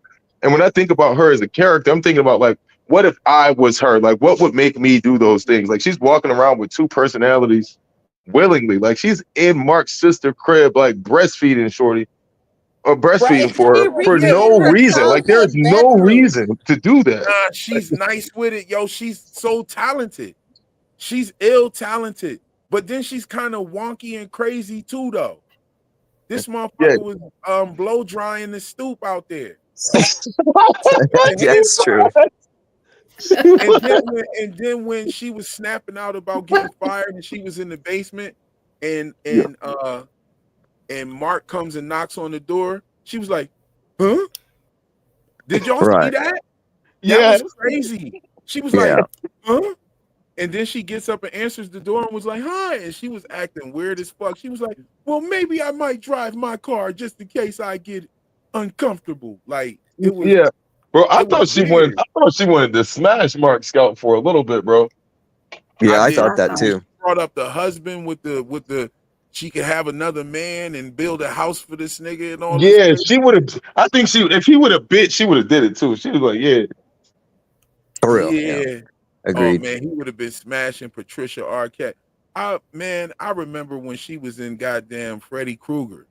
yo, hey, yo, Oh yeah. She's For the real. GOAT. Now, hey, did Yeah. y'all yo, see y'all her in don't judge Boardwalk me. Patricia Empire? Arquette's a beautiful woman, bro. Hell yeah, in Boardwalk Empire. Yo, Boardwalk Empire is that shit. What? That's that shit with Nookie Man, she Thompson was and a all that. badass in Boardwalk Empire. I love her. Yeah. She was she was crazy. Yo, But yeah, so doesn't Mark, she have like 2 or 3 Oscars or something? she's got to. I I don't think don't Patricia actually Arquette has any Oscars, but let me I go. don't know. They were on Yo, Hot Ones together, and I Brit better get nominated. If she doesn't win, she need to at least Yeah, get Britt better nominated. get something, bro. Dude, But nah, gotta yeah, they're gonna go crazy on the Emmys this year. I Their mean, they staff's snatching incredible. up everything, and they just beat Ted Lasso as #1 show on Apple TV all time. damn. Yeah, Yeah, It's they good. bodied it too. Like the numbers is crazy. Go look at it. I yeah. said, yo, Well, this show is catching the fuck on, definitely. Yeah, it Severance is is. I going mean, crazy. have you Yeah, it's guys been getting just like mad algorithm feeds of all of these random channels that are all covering Severance? yeah. It's like it's Nah, bro, insane. that's how I It like my timeline to be. I'm like, yeah, I need all of yeah. that. Like, I mean, it bro, don't I'm even watching seem everything. I'm listening to but everything, it bro. doesn't even seem I, organic. I'm like, how in the hell did this community grow this fast? Like People it, are passionate. Honestly, I think people are dude. really passionate about art, and I think this show is artful in so many ways. It's artful in the way it's written. It's artful in the way it's shot. Like the characters respect you. The story respects your mind. It moves Yep. at a pace that respects you. They don't repeat a lot of shit. Like I was saying, characters lie. Like they'll lie one time and never mention it again, and it will change the whole story if you wasn't paying attention. Like it's Right. insane. So I Yeah. think No, that it's like art inspires art. legit. So I think this shit is literally inspiring people like, nah, bro, I gotta talk about this. I need people to talk to it about. I need a community. I think people Yeah. are opening up channels. Hence, this is my first time ever calling in on any show ever in my Same entire here. life. It's my first I time was like, calling in bro, on any I show. gotta talk to the bro because I got Yeah. ideas. So yo, I was like, I mean, thank yeah, you I've for been the listening to your opportunity. shit too. and I've been thank listening Thank to your all shit too for on the joining daily. me. Thank all of you guys for joining me. I'll be in the Discord sometimes from here and there. You know, I'm not really crazy active in there, but it's active in there. And I'd love you guys to come on in the Discord and join. And I'll try to do more of these live streams where I'm rocking with a panel. You know what I'm saying? Because I like to hear other people's perspective as well. I think Right. that this is the craziest thing, right? This show is watched by millions of people. The show is watched by millions of people. And I don't know too many people like in my immediate radius that even know about the show. Right? Right. You have to go a little wider than your circle. Absolutely. Right. You I know what know I'm a few saying? people on it, but they're not thinking super hard about it. Some of them like, yeah, that show's Right. really cool. I'm like, all right. Nah, This yeah, show, When you talk about you're it this is though, missing it. one they're of the like, best yeah, shows of all time. Oh, Like, but dead ass. When I started this channel, my objective was to find people that are watching the show from like I was watching it. Because yeah, nobody was talking about any Native American nuances, anything like mystical. Nobody was talking about any of that. And when I would talk about it on other people's comment section, I would get laughed at and schizo comment, all this kind of shit, right? yeah. And I said, man, I gotta make some videos because I can't believe they're not seeing what I'm seeing in this show. Right. Yeah, You yeah. know? That's A exactly lot what of it the is. symbolism is like overt. It's like y'all are not seeing any of this. Like that left ear shit, bro. You blew my mind Oh, with that, bro. called it. You called it real. I was like, yo, it's Yeah. so common. Yeah. Oh, Like, hold up. Can bro, we roll it back for just a second? And I apologize. I want to give Patricia Arquette her flowers. I was wrong. She won an Academy Award in 2014 Oscars for Boyhood.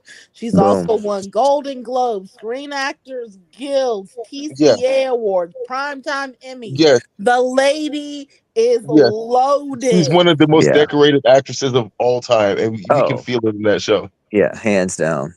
Yeah, Yo, No, I mean, I they have didn't miscast anybody. This show slaps, hits every cylinder, every level. I mean, Yeah, yes, they're the all good casting actors. department did a great job with this show. Like they definitely have the right people for this.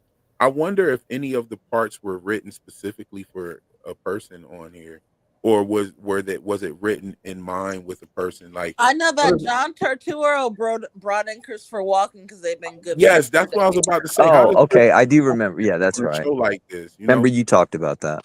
How does John Turturro and Christopher Walken end up in a project like this? And Especially it being was the gay, mashup that you didn't know you needed. Like, right? yeah, bro. I never thought I would see Christopher Walken on a TV show, like No. ever. Like I remember him from King of New York type shit. Like, yeah, that's what I said. The King of New York linking up with Carmine Falcone was crazy. yeah, and it's like, and we got a show now where like these niggas are like old gay dudes in a wild Right? Like the show where fuck? they don't even remember their relationship on the outside world, and it's John Turturro and fucking Christopher Walken. It's like, how did you even get them? It's How insane. did this happen? Yeah, but it's so crazy and it's so dope. I think it's one of the best things on TV right now. And Oh, their for sure. relationship really pushes it forward about like the boundaries of how severance chips actually work. Like, Yeah. As far as their sexual preference being the same with the Innie and the Audi. Right. So I thought about that because what if a person is like submersively or like bi-curious or something like that, but it's never been brought to the surface at all, or it's been just clouded up by life. I wonder if there are several cases of people who are like in their innies, they're just like, yeah, I'm down for anything. Yeah, the Innies like don't have all of the societal stuff either. Yeah. You know what I'm saying? That Yeah, goes at along with all. So I wonder if Yeah. there's been cases of people who went in there as straight and then like have ended up in like wild like relationships or things I'm like Well, this. sexuality is on the And spectrum. we don't know if that's not what we're looking at with Irv yet. I said We don't know that for earlier, sure. and I was joking, but we don't know. And he might We be don't like, know that. yeah, because he's not giving anything up at that dinner. Now, No. what do y'all do you think we lose Irv soon? Because I think he's gonna die. I think I was just about to ask, like, who do you think is going to be our first major character casualty? I'm actually going with Milchick. Really? Okay. I think Milchick is going to be how we see how cruel they can be once you move outside of cult rules. I think eventually Milchick is going to like ramp up and ramp up and ramp up, and he's going to end up saying something or doing something that's like a real violation. And I think they actually going to like body this dude or like do something crazy cruel to him. All right, so here's And I the think thing. that'll be our first big heartbreak. Is that? Here's the thing. Milchick, we're still learning we're still learning about what his motivations are and what his motivations will be moving forward. We're still learning that, right? But we're already at a point where Irv's life is in danger. Period. Sure. Yeah. Okay? They know he's got the list. They, probably know some more shit. Okay. They probably have those messages with him leaving the messages. They'll probably play that shit back for him. Like, yeah, remember this message right here, motherfucker? What did you mean when you say your Innie got the message, and who was you talking to?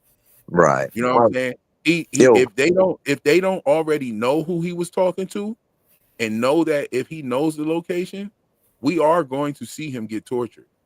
That's a definite. Yeah. Yes. You know what I'm Yeah.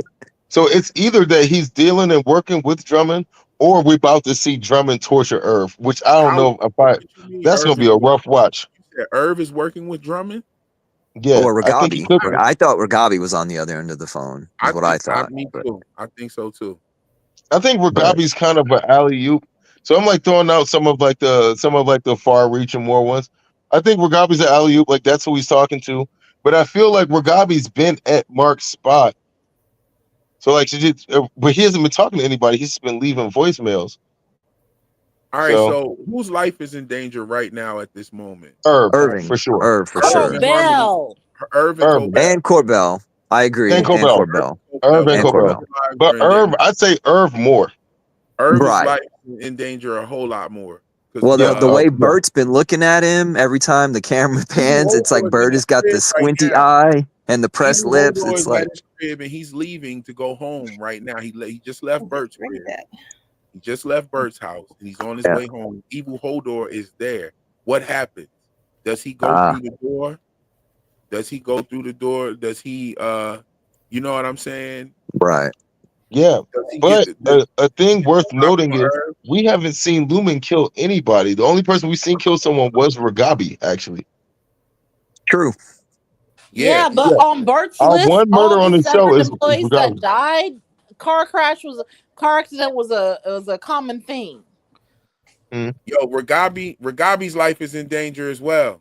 Agreed. Yeah, well, Ragabi life been in danger since we found out who she was. She's like op number one for Lumon.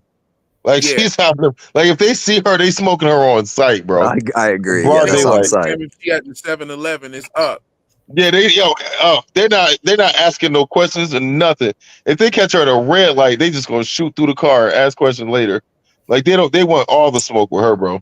Oh shit! You brought up the 7-Eleven. I saw another comment on another channel, and somebody said, "Did anybody notice the chips that Petey was eating at the 7-Eleven? They were called chips, STYX, like the river stick." And I was like, "I'm gonna have to go back and watch." As soon as you started saying the name of the chips, you started glitching. Yeah, it was the chips are called sticks. Is what he was saying. Sticks, like river sticks, STYX, like the river sticks.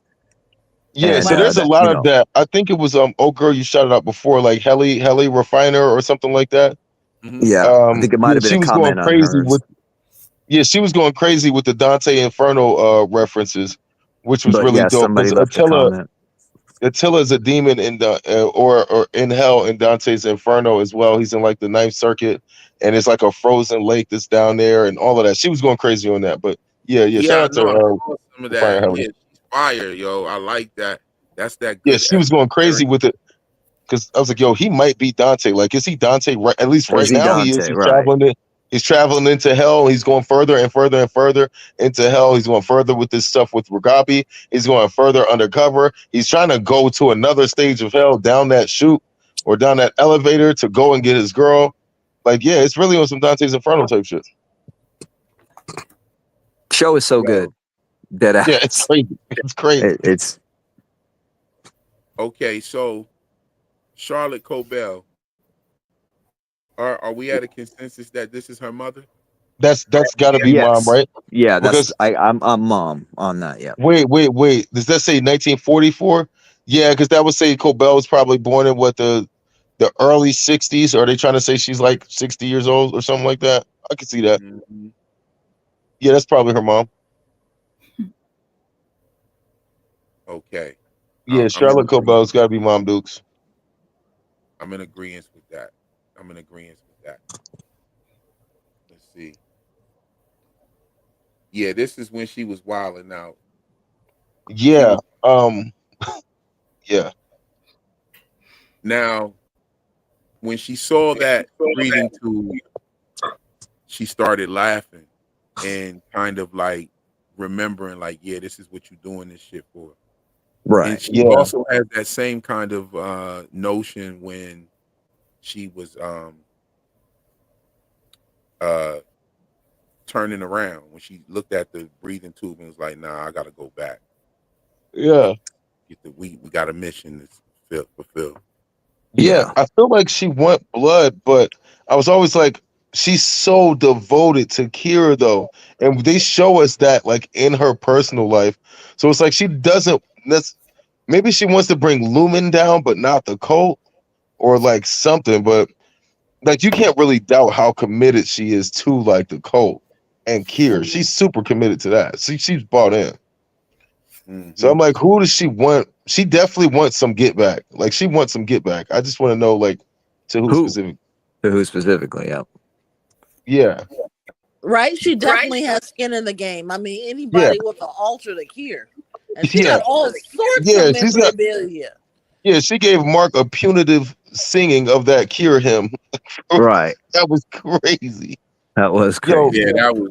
That was what I was like, damn, as she's a serious. punishment. She's serious about this shit on and Yeah. off the several floor. Yeah, but she do want smoke with somebody. So like For it real. could be like the drumming Natalie Brent she don't really fuck with. She might fuck with like, you know, Helena and the Egans and James and all of them. She might be with that branch and don't really like the corporate side or like that board side like that. She might be on the All right. spiritual, not so much the business side. So we've been rocking for a little over 3 hours. Yeah. About 3 hours and 26 minutes. Yeah. I'm gonna leave my closing remarks real quick with a prediction about Cobell. Okay. Oh, Now, I think that the Ortbo location that we saw, I think there are other ways that you can get into Lumon severed floor from the outside. mm, I would Okay. agree. I would absolutely agree because the I like elevators this. the Innies go down isn't the elevator that everybody goes down. Right. Now, everybody doesn't go down that elevator, and they're probably bringing people there through other channels. You see what I'm saying as well. Now, Mm. that's what I'm thinking. Yeah, I'm And picking up what you're putting down. I'm thinking that when they showed Dieter's National Forest in the fourth appendix, the frozen lake is in there. There's a picture of the frozen lake in that appendix, right?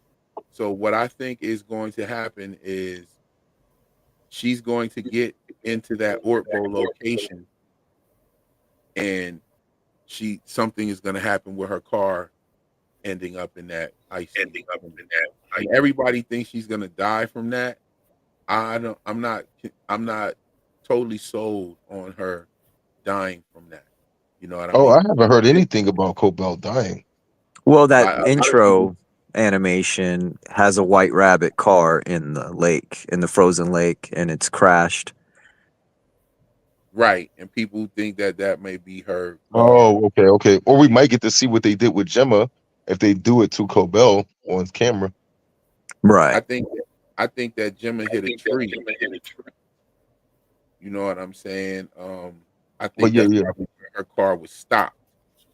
You Mm. know, at that tree. I don't think it like went off and fell into a ditch or anything like that, and landed in that icy lake. And we know that there's an icy lake with big blocks of ice where Irv was standing on it. He said that was ice. And we know that in that picture of the Dieter's National Forest or Park, there's that icy lake in there. Also, what's up with the weather in Kier Town? Is it eternal winter there? Is it really? Seems like it. Well, it hasn't Yeah. been that long. We've only been watching for about a month. Yeah, we've only been watching it for about a month or so. In their timeline. Okay. Yeah, not much time has passed by, so I don't think it's been time enough for the season to change yet. But yes, I want to thank all of you guys for coming up here. This has been really dope. We had some. No, really thank high, you. Right? Um, This has been the best, man. Appreciate Thanks, the brother. opportunity. Yo, we still rocking in It's here been with fun. like over 263 people in here right now. Bro, I had Like, no idea. I've been on the other Right? tab, man. Wow, One that's love, awesome. fam. and One it's Yo, love, still fam. shout out to everybody in the chat. yo, shout out to everybody that came through and rocked out with us. And you know what I'm saying? I know there'll be a lot of people on the rewatch. We dropped a lot of gems in here. You know what I'm saying? There's a Yeah, lot this one was deep. about. I think that I might even be a part of the rewatch crew and just listen to what was said on here, because especially this part with the panel, like I definitely want to go back and listen to all of you guys' input because it was Yeah, great. I thank you for it, and I'm tired of shit, y'all. I'm about to get up off of here. I appreciate y'all once again, and to everybody in the chat, thank you for coming through. Everyone that donated to the channel, it's well appreciated. And I can't wait for episode 7. I am going to drop another video before that, but you know, just to put some of my thoughts out there. You guys have definitely got the wheels going. If I say anything that came from you guys, I'm going to try my best to give you credit for that, because you guys definitely got the wheels churning over here. We make yeah. great points, and we Mm-hmm. have a good time. Hey, y'all, So if y'all didn't hit the like on the way in, please hit it on the way out. Yeah, yeah, definitely, For real. take a break. And also, bro, whenever you go live, if I'm around and you open up this space, I'm definitely down to hop in and talk with you, bro. Yeah, oh, every that's Yeah, time. so, For real. that's so dope. That's so Every dope. time. And yeah, you're yeah, welcome. And you're yeah. I do welcome. not mind being a recurring character, bro. Yeah. Oh, Same you're here. welcome. You're welcome to do so. This was a pleasure for sure. Yeah. Anyway, just a little something to think about while we wait on the next episode. That's all for the live stream this evening. We'll catch you in the next one. Peace. Peace, Praise peace. Dale.